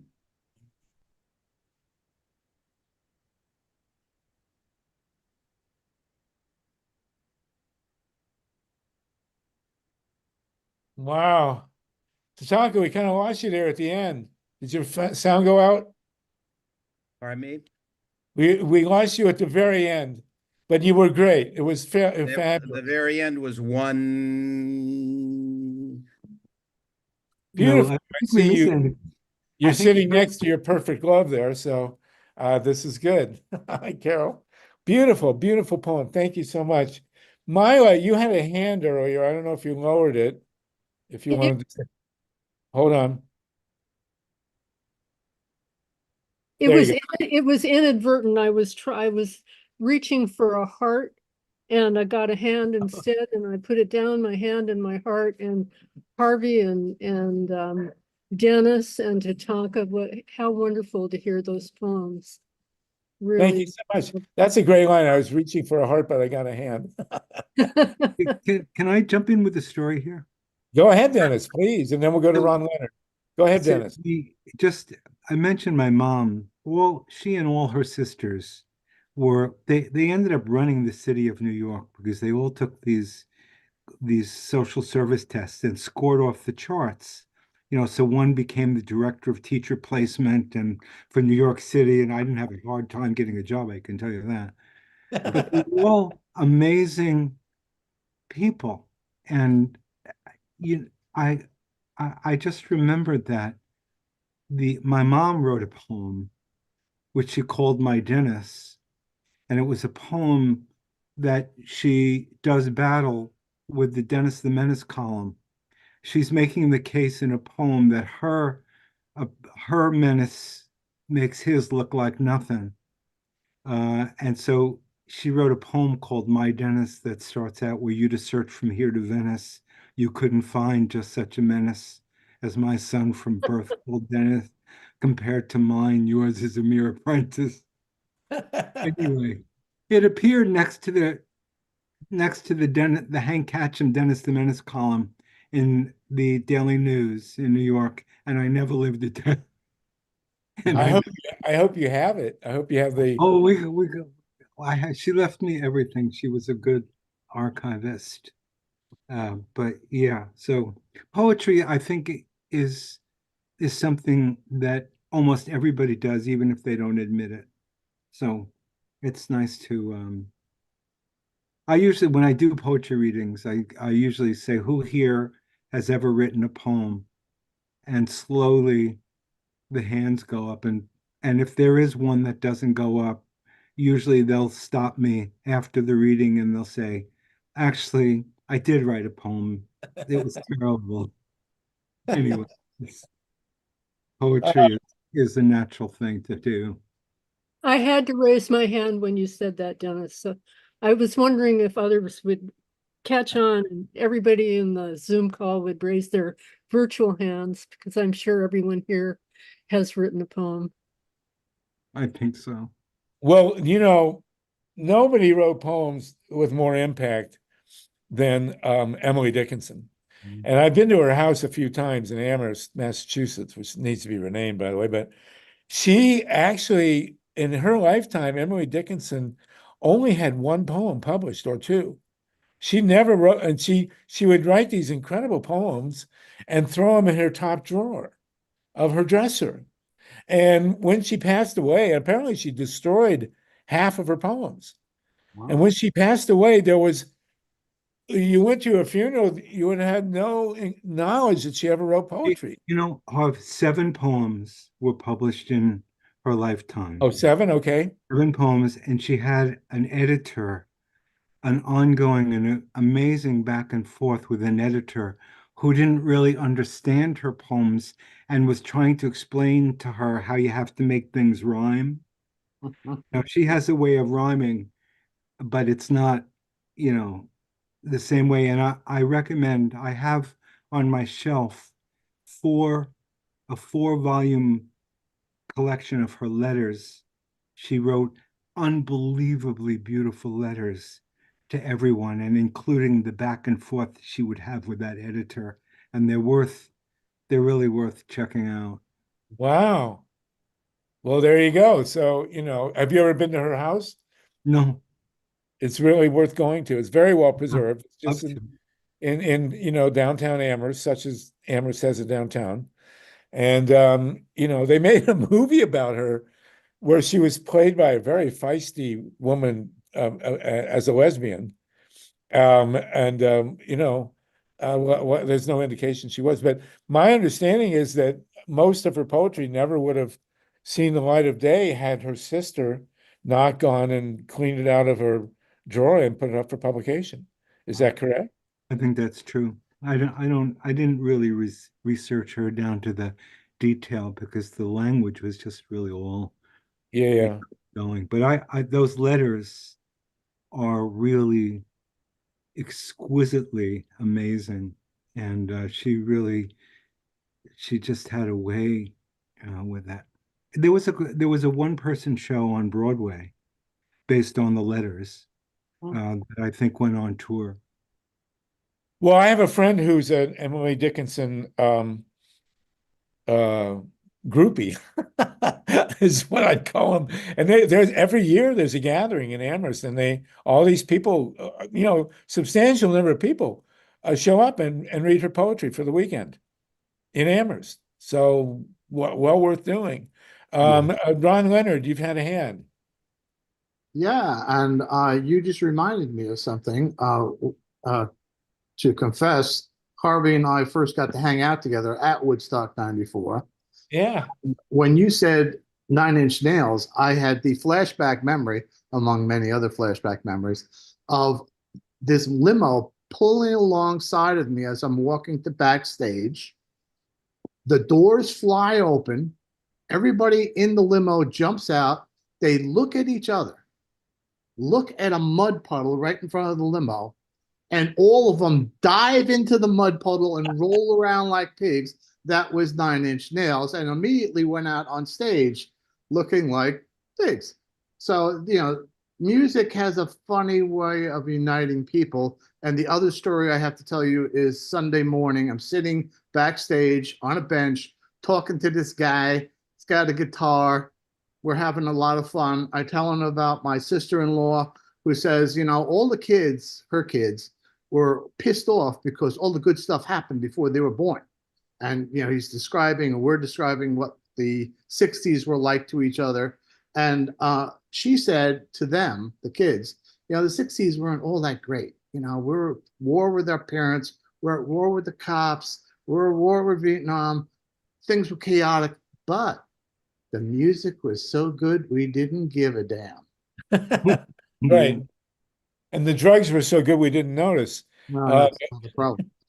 But yeah, Woodstock 2 was a phenomenal occurrence. It rained. And I saw those guys. It's the same. You and I must have been together in close Oh, yeah. proximity. Yeah. I saw those guys get out of a vehicle. I remember it as being a white van, but what do I know? And then I had to go up. And well, what happened was at Woodstock 2, and I hope you guys don't mind all these war stories or anti-war stories, but Greenpeace had arranged for me, as you heard in the poem, to speak at Woodstock, the second Woodstock. And Michael Lang, you know, for street cred and all that stuff and all the good reasons. He was a good guy, Michael Lang. Yeah, he was.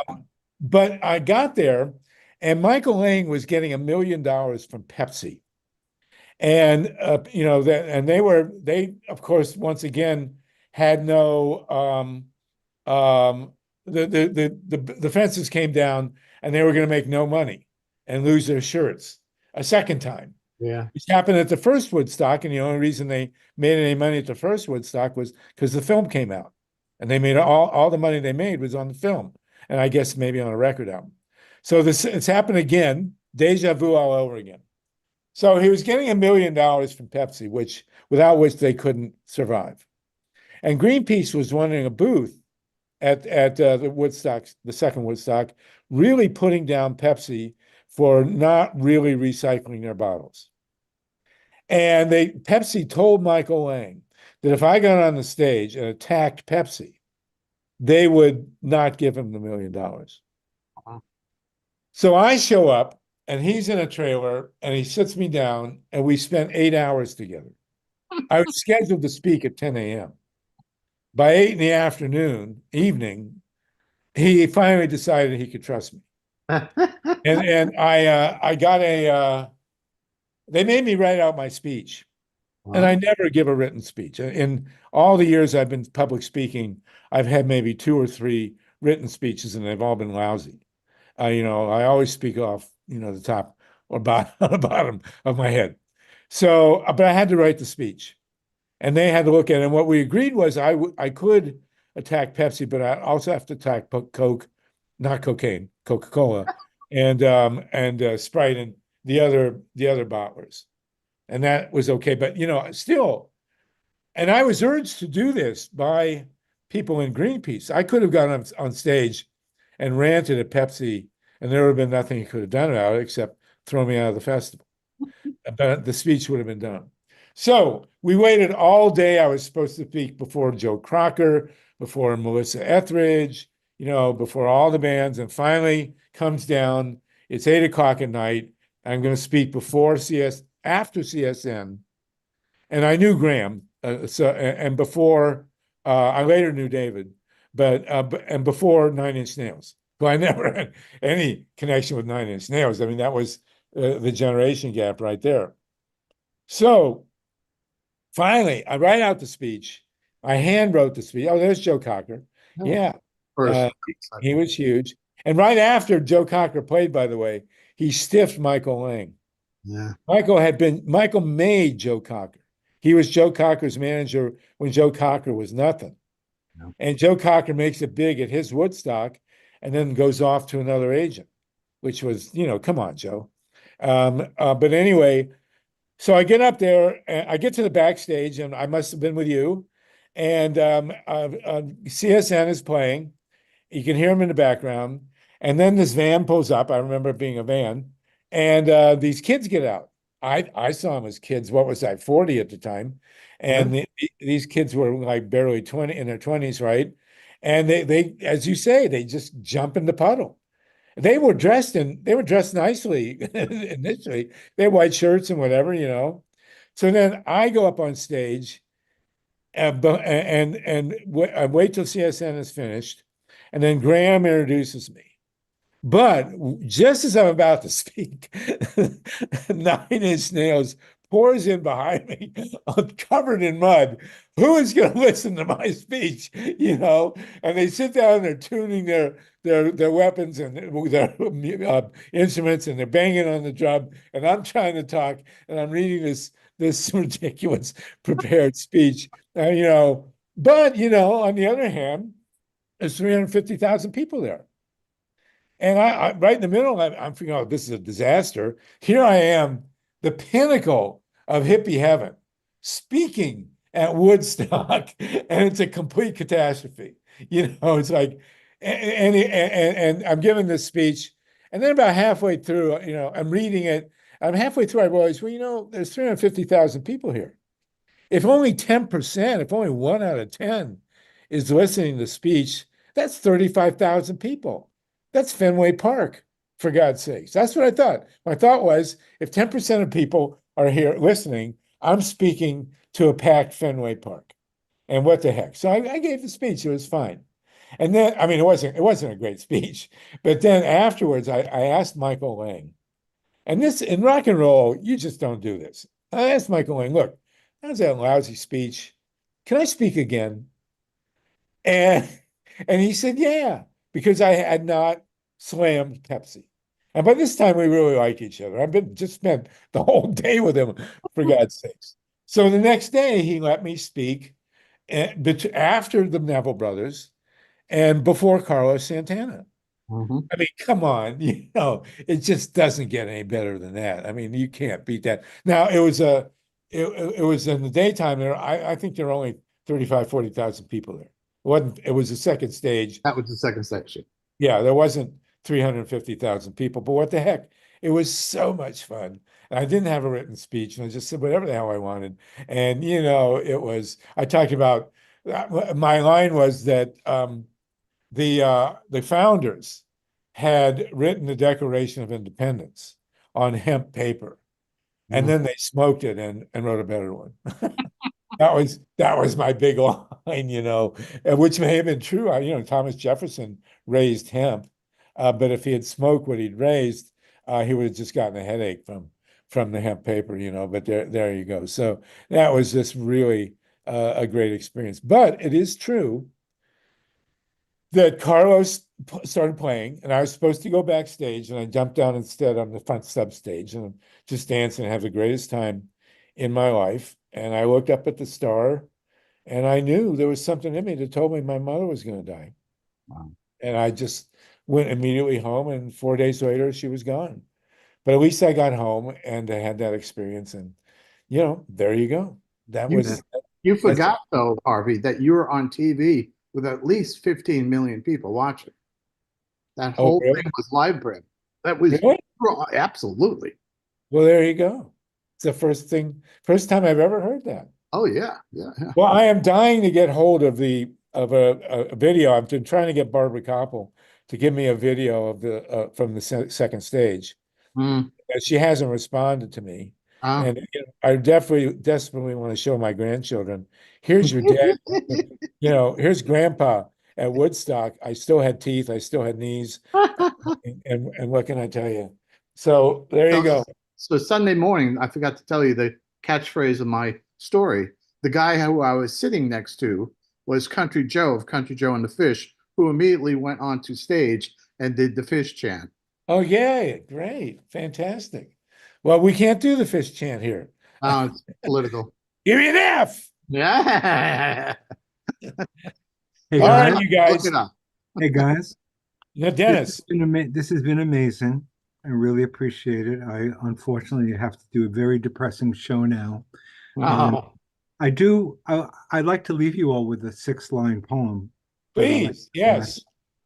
And so, it's like looking into a different kind of future. It's called the Dancing Across the Great River. It's for everybody here. At 90, they rose up out of their wheelchairs and danced, rose up the way herons rise over a smoky mountain lake, the way angels rise in the late afternoon daydreams of visionaries. And they danced right at the boiling point, sure-footed into new beginnings. All right. Thank you. Beautiful Thank you, poetry from we everyone. gotta talk about Diablo Canyon soon on your show. We'll be back to you on that. All right, my man. Thank you so Thank much. you for inviting me. Appreciate it. You're always welcome. Always welcome. See you guys. Take care. Take care. Mila Reeson, you have a I love hand? all the poetry. Thank you. No nukes. Mila Reeson, go ahead, Mila.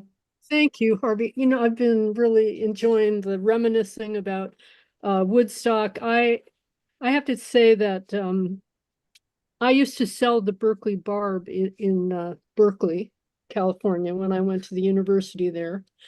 And it was during the war. That was the local free newspaper. And one night I walked into a small venue where Country Joe was playing, Country Joe and the Fish, and he stopped the music. He said, "The Berkeley Barb is here. Everybody, buy your copy of the Berkeley Barb." And I sold a big stack of papers. People were handing me. I made a lot of money that night. I think they might have sold for a quarter. People were tipping me very generously. It was a lovely experience. At any rate, I just wanted to say that kind of switch gears and talk for a moment about Cori Bush, who is the latest member of the squad who is being targeted big time in a so-called Democratic primary. Her opponent is being funded by Trump people, and she's being outspent 5-1.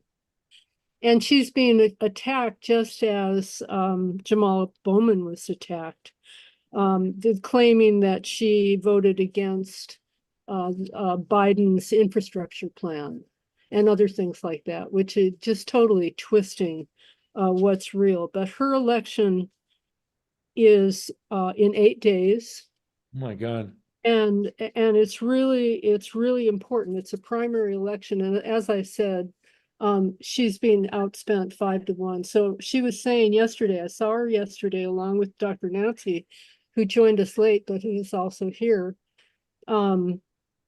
She was talking about for every 4 or 5 TV commercials that are being shown, she has enough money for one. So hopefully there are people knocking on doors. I understand her opponent doesn't have a ground game. He's supposedly a Democrat, but as I said, he is being bankrolled by big time Republicans and Trump supporters.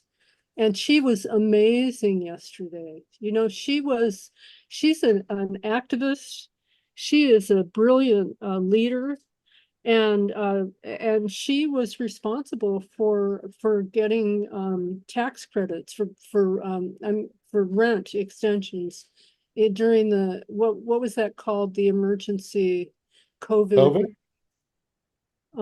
She really was the reason that people were able to stay in their apartments during COVID and get that extra relief so that they could pay their rent and they wouldn't be thrown out on the street. And she's really done a lot. She's accomplished a lot. I'm trying to think off the top of my head. Nancy, maybe Dr. Nancy could kind of chime in and talk about some of the things that she learned yesterday from Cori Bush, but it was really wonderful. Dr. Nancy, are you, let me see if I can get you to unmute her. Well, I'm assuming that Cori Bush is not related to George H.W. or W. Is that correct? That is correct. And now I'm adding Dr. Nancy here. What were So some listen, we're at 3:53. We have just 7 minutes at the top of the hour and then 20 to go to our 4:20. But I do want to open it up now. I mean, this is the most, the world is upside down, folks. And I don't have to tell you, we will not endorse a candidate or ask for money, Right. but we will discuss. You can't ask for money, but you can endorse whoever you want and talk about it. Dr. Nancy, go right ahead. I don't know that I have anything to add. She's impressive, persuasive, and it's really concerning what's being done to her. Yeah, Well, and Mike Hirsch put something in the chat. The PDA, Progressive Democrats of America, are making phone calls. And if you want to hook up and make some phone calls in these last few days, you can go to pdaamerica.org/volunteer. and get involved and see if we can make sure that Cori Bush stays as the real Democrat in the House. The small D Democrat. Exactly. Okay, does anyone want to have a poem, and then we can jump in and talk about the election all you want? Lynn Feinerman has a hand. I wanted to know who people think is going to be Kamala's vice presidential choice. I have someone I think it's going to be, but he's the third person I thought it would be. So go ahead, Lynn Feinerman, please. I hate to get out of the incredibly cosmic mood that you and Dennis put us in, Harvey. Your poetry was awesome, but the only thing I can do is to sing a lyric, and Mike Hirsch has to sing one of his if I sing one of mine. So this is actually relevant. Is it like I'll show you mine if you'll show me yours? Were Yeah, you guys sort of, together? but Were you guys together in 7th grade? I mean, is that what happened? this is actually kind of relevant. You know, it's kind of the cause of what's happening to Cori Bush. One of the biggest mistakes Congress ever made. Scalia, Scalia, Scalia, Scalia. Only a precursor to the cursed Brooks Brigade.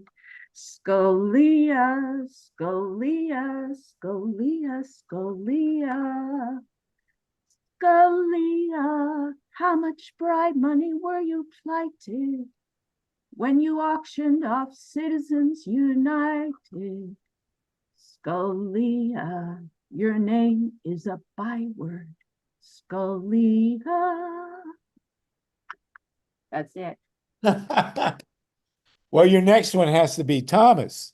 You're going to sing a song to Thomas. Yeah. All right, Mike Hirsch, you've been challenged. Do you have something to sing about here? Mike Hirsch?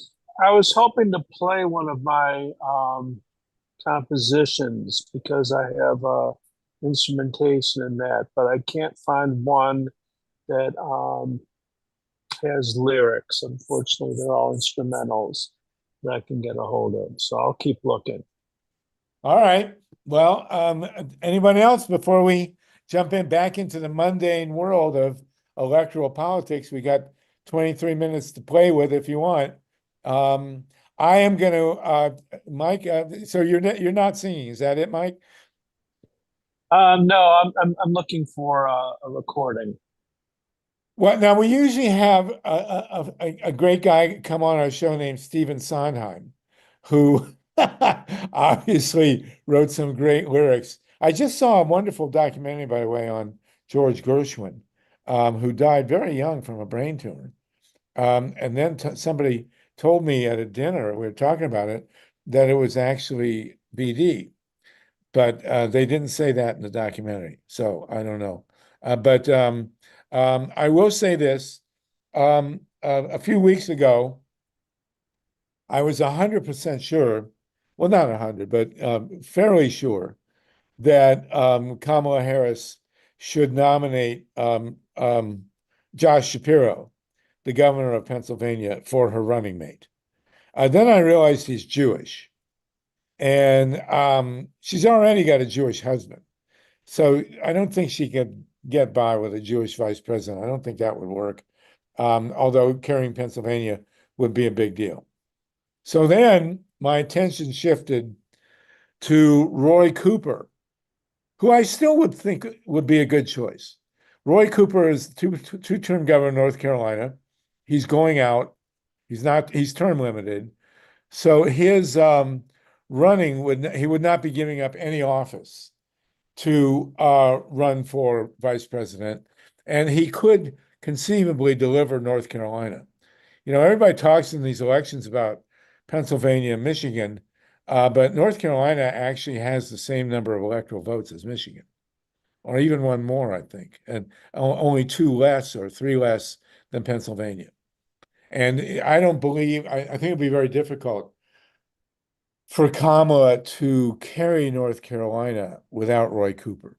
And I've seen him speak. he's actually very attractive in many ways. He's tall, he's good looking, he's got a fabulous smile.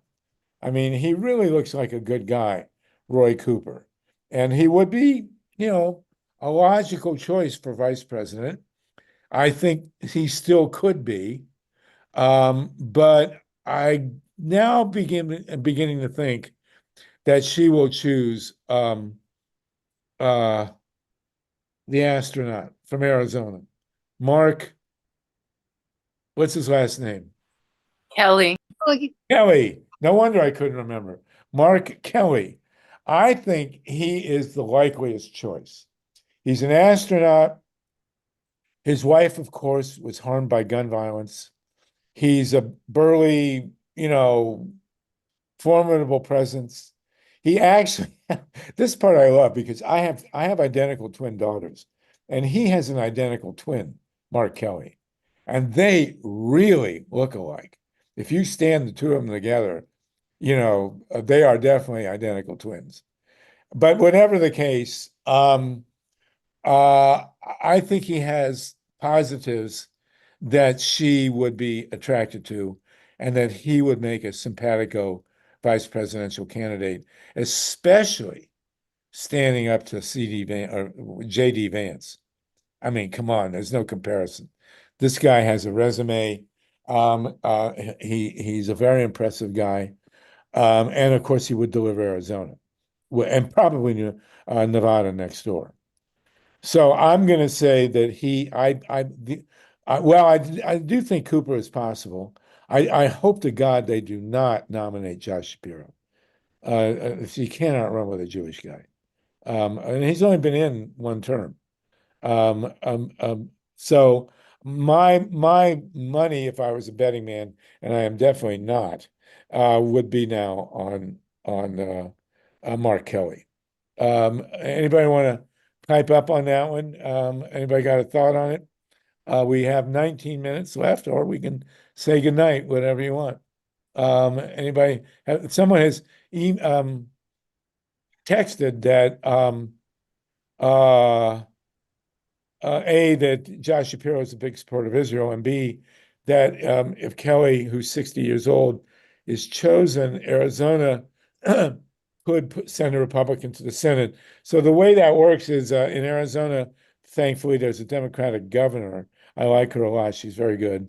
And she would appoint his replacement, and then they'd have an election in 2026. So his term currently is till 2028. So they lose 2 years. The Democrats would lose 2 years of that Senate seat. On the other hand, the governor would appoint his replacement, and that replacement could run in 26 for re-election. That's the big kicker with Mark Kelly, structurally in Arizona. Steve Kaiser, Myla Reeson, and Cynthia Papermaster. Steve? I think you did an excellent analysis of her vice presidential possibilities right now. I agree with you. Shapiro looks good, but it might be too much diversity. It might be stuff that the opposition can hang on to add a Jewish governor to the mix right now when she brings so many different ethnic groups herself. And Roy Cooper I think I agree with you, is definitely the best choice. And I think Mark Kelly might be a sad decision because I don't see him bringing any real dynamics to the race. He's a likable fellow, but I think you need somebody up there that can really attack, has the wherewithal and have the chops that they can take on the Republicans in really heated arguments. And I'm not familiar with Cooper, but I think he has more experience, at least, in doing that. Well, my experience, my knowledge of Cooper is he's pretty progressive. Mm-hmm. He speaks Southern, let's put it that way. Mm-hmm. He's got a great smile. I mean, he is a really nice looking guy in terms of somebody you'd really want to, smoke a joint with, basically. I don't drink. So, I've seen a little news here, Harry, you might want to know, he may have withdrawn himself from consideration vice president. There's some data, there's some information in the news about that. So maybe he's gone from consideration, unfortunately. Well, Gretchen Whitmer withdrew herself, And I think it would be a mistake for two women to run. Yeah, two women right now, no. Too Yeah, much diversity. Anyway, Myla Reeson is running. Oh, no, wait. Oh, yeah, Myla and then Cynthia. Go ahead. Oh, she's got my vote. Myla has my vote too. Go All ahead. right. You're almost suing, Myla. Well, Cynthia put someone in the chat who I am leaning towards. I really do like Roy Cooper, but Tim Waltz, I'm very impressed by Tim Waltz right now. And also Cooper. I think they're the most progressive of the lot. And I think that all of the people who are being, well, I shouldn't say all, I would say Mark Kelly, Andy Bashir, Tim Waltz, and Roy Cooper are all alpha males for sure, and they could all easily, trounce Trump and that J.D. Walsh. I can't think of what's his name. J.D. Vance. Yeah, JD, or they call him Shady Vance, I guess. But I think Kelly's a little bit too much of a neoliberal for me. But I like the fact that he could make a really good argument about gun violence and AR, automatic weapons. He has a lousy record on Weber. But right, but Tim Waltz, he's an educator. And he's very down to earth and very progressive. And I'd like to hear what Cynthia has to say. Cynthia? Tim Waltz is the most progressive one that I see there. And as governor of Minnesota, he's enacted a lot of legislation to help people. I think he's a true progressive. I don't like the other guys because I'm a progressive. That's all I have to say. So let me ask you, Cynthia, Roy Cooper's not a progressive? I don't know enough about him. I don't either. I heard what Harvey said, but a smile is not enough for me to, get behind him. He I want definitely to know his policies, not how he looks. he definitely expanded Medicaid in North Carolina, which is a good sign. That's good. Yeah. So I think Tim Waltz is the guy. That's all I have to say. Thanks. Okay. All right, good. Tatanka? Yeah. I'm going to comment in a different way. When you asked the question, I was thinking I saw Kamala interviewed by can't remember, in a MSNBC host before she was selected, and asked her the question, in your ideal world, if you were president, who would you want as vice president? Anyone dead or alive? And she said, oh my gosh. She thought for a moment, and what she said was Muhammad Ali. Now, I think what that reminded me of right now is it's important for us to understand the interconnectedness of everything. In addition to all the work that we're doing, let's not forget to call on all our ancestors individually and collectively. And he's one of them, right? That's with her now. So I think anyone with the spirit of Muhammad Ali is someone she'll go for, and then there'll be a lot of pragmatic factors. Thank you. Well, Mike Hirsch just put in a great, Mike, you want to read what you said there? What you wrote? Ali could campaign like a butterfly and govern like a bee. There we go. That's cool. There you go. Fantastic. God, who would I put in as vice president? That's a good question. Anybody else want to jump into this thing? I do want to, there are all going to be all sorts of things about Kamala's politics and all that stuff, and it's going to be a very interesting discussion. But as a historian, we have to remember that this is the first time in history that a woman of color could become the most powerful person in the world. I mean, think about that for a minute. This is Sally Hemings, taking her rightful place here. And it is a very big deal. At least there's always many dimensions to an electoral race, and one, of course, is always the ethnic, gender, sexual preference dimension, and then the other is the politics. So I don't have to tell any of you, it's a stunning development. Here's a question. According to, one thing I'm reminded, sometimes it pays to write down notes. I saw a documentary on Shirley Chisholm. I never met her, the first Black woman to run for president. And she said, without hesitation, she was asked, she said that she got way more pushback as a woman than she did as a Black person. I never forgot that. I thought that was really interesting. And it's no accident, of course, that the first person of color as a president was a man. And on the other hand, the polls have showed that Michelle Obama could get elected, but we'll see about that. LYNN FEINERMAN, Lynn? Did you have a hand? I gotta unmute you. It's the most annoying thing. There you go. Go ahead, Lynn. Okay. I just have a short little anecdote, and that is that in 1941, Gracie Allen ran for president, and she had her own party. Actually, it was called the Surprise Party. And and when asked if she had considered who her vice president would be, she said she wouldn't tolerate any vice in her administration. She was great. So Gracie. now I would like Mike HERSH to play what he wanted to play. Oh, yeah, go ahead, Mike. Go for it. Mike, do we need to unmute you? Mike HERSH? By the way, on second thinking about it, I think the best vice president and president would have been Eleanor Roosevelt. She would have been a great president, and in many ways was. You know, I don't think that the New Deal was all Franklin's idea by any imagination. Oh, there she is. Look at Gracie Allen. Unbelievable. She was fantastic, Gracie Allen. Absolutely. You know, there's a street in LA named for her.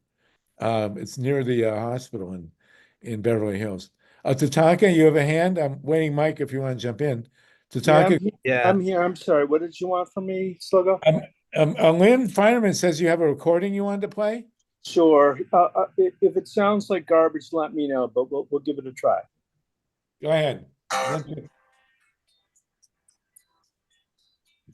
You got to turn it up. Mike, it's not working. Let's try it next week. Let's get it set up better so we can do next week. We're almost out of time, but let's do it next week, please. Yeah, I actually thought of this after our guests left, but reminded me because Venezuela had an election and Maduro, although the opposition says the opposition won 70-30 and they have the proof, he's still holding on, I think, as of the time we're on the air here. But they were mentioning they had the Carter Center there and a number of international observers for the election and a number that were not allowed into the country. And I just wanted to ask, are there international observers coming in for our election? Well, that's a great question. Steve? Nope.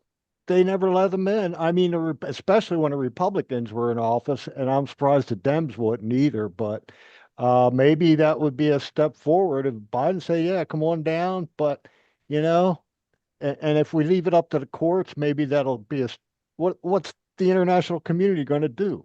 You know, oh, we saw this.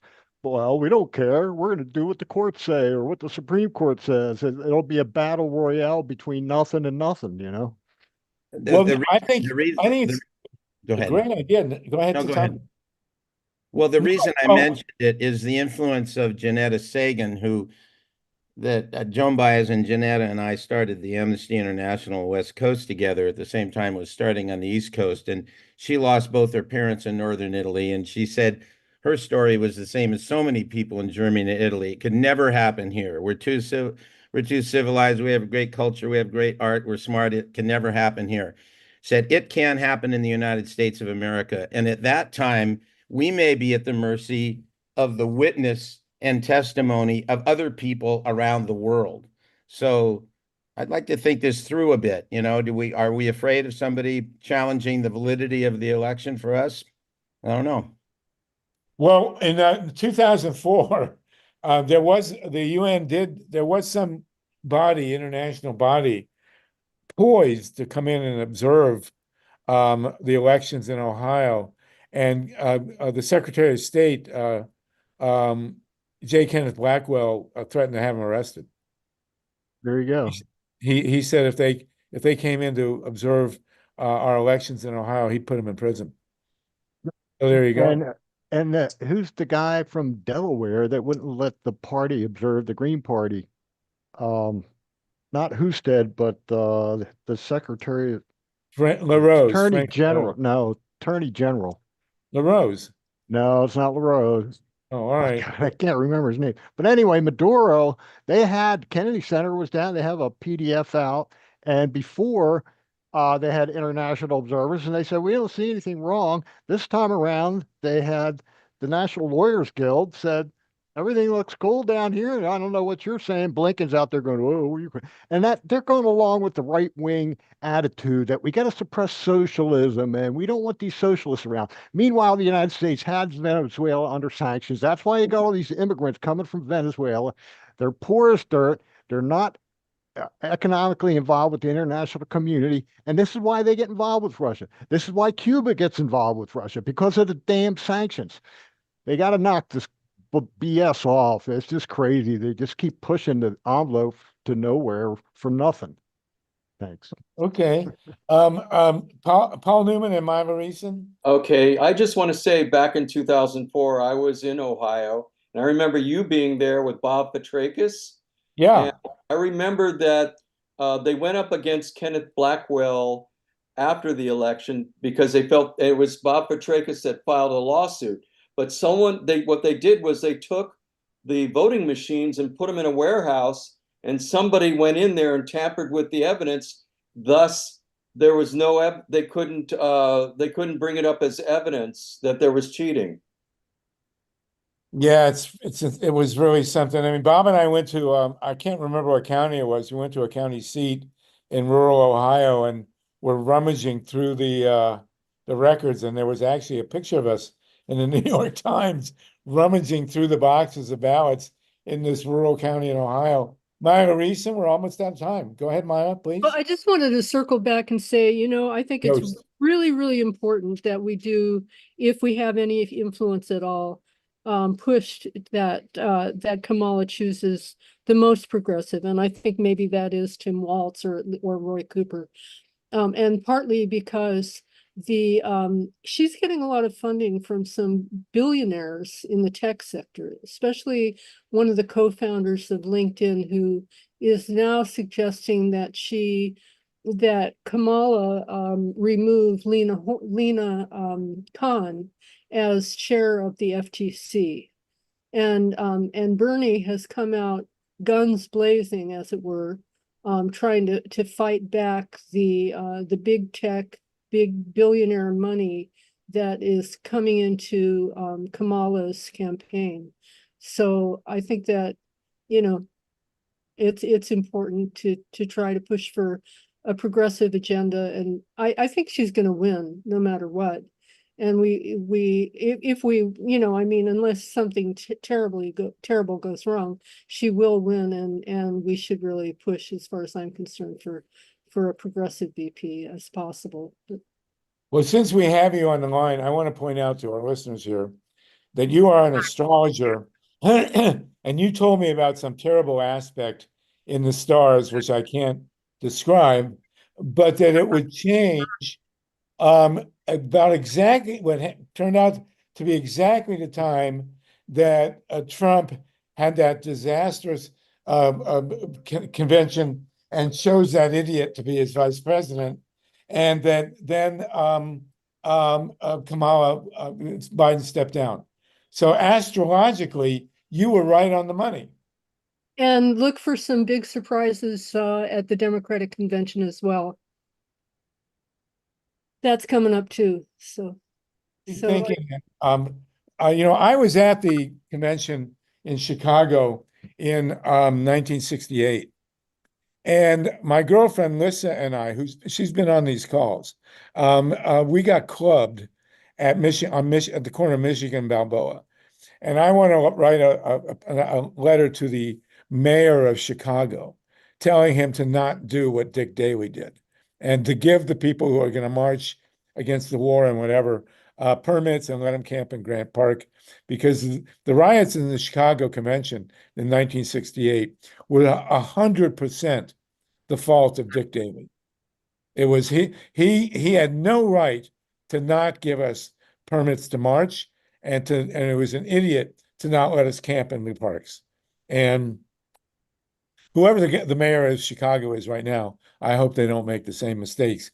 Thank you, Myla. So let me just say that Richard Burrill, if I pronounced it right, just pointed out that I had the emphasis on the wrong syllable, and I believe it's Kamala, Kamala. not Kamala. Kamala as in Mamala. Mamala. Kamala the Mamala.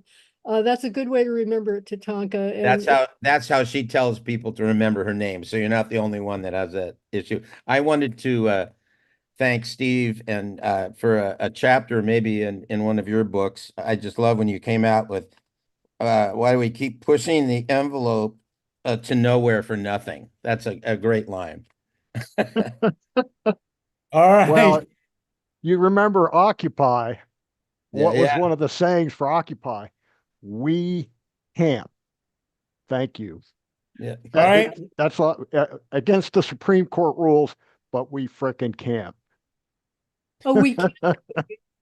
All right, listen, on that sterling note, it's 4:20. Time for everybody to go tank up or toke up, and it's another great 2.5 hours.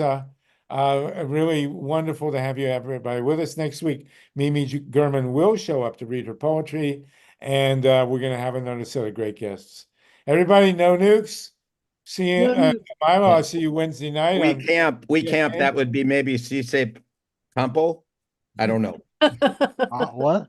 Huh? She say Campo. Instead of All we right. camp, we camp. Campo.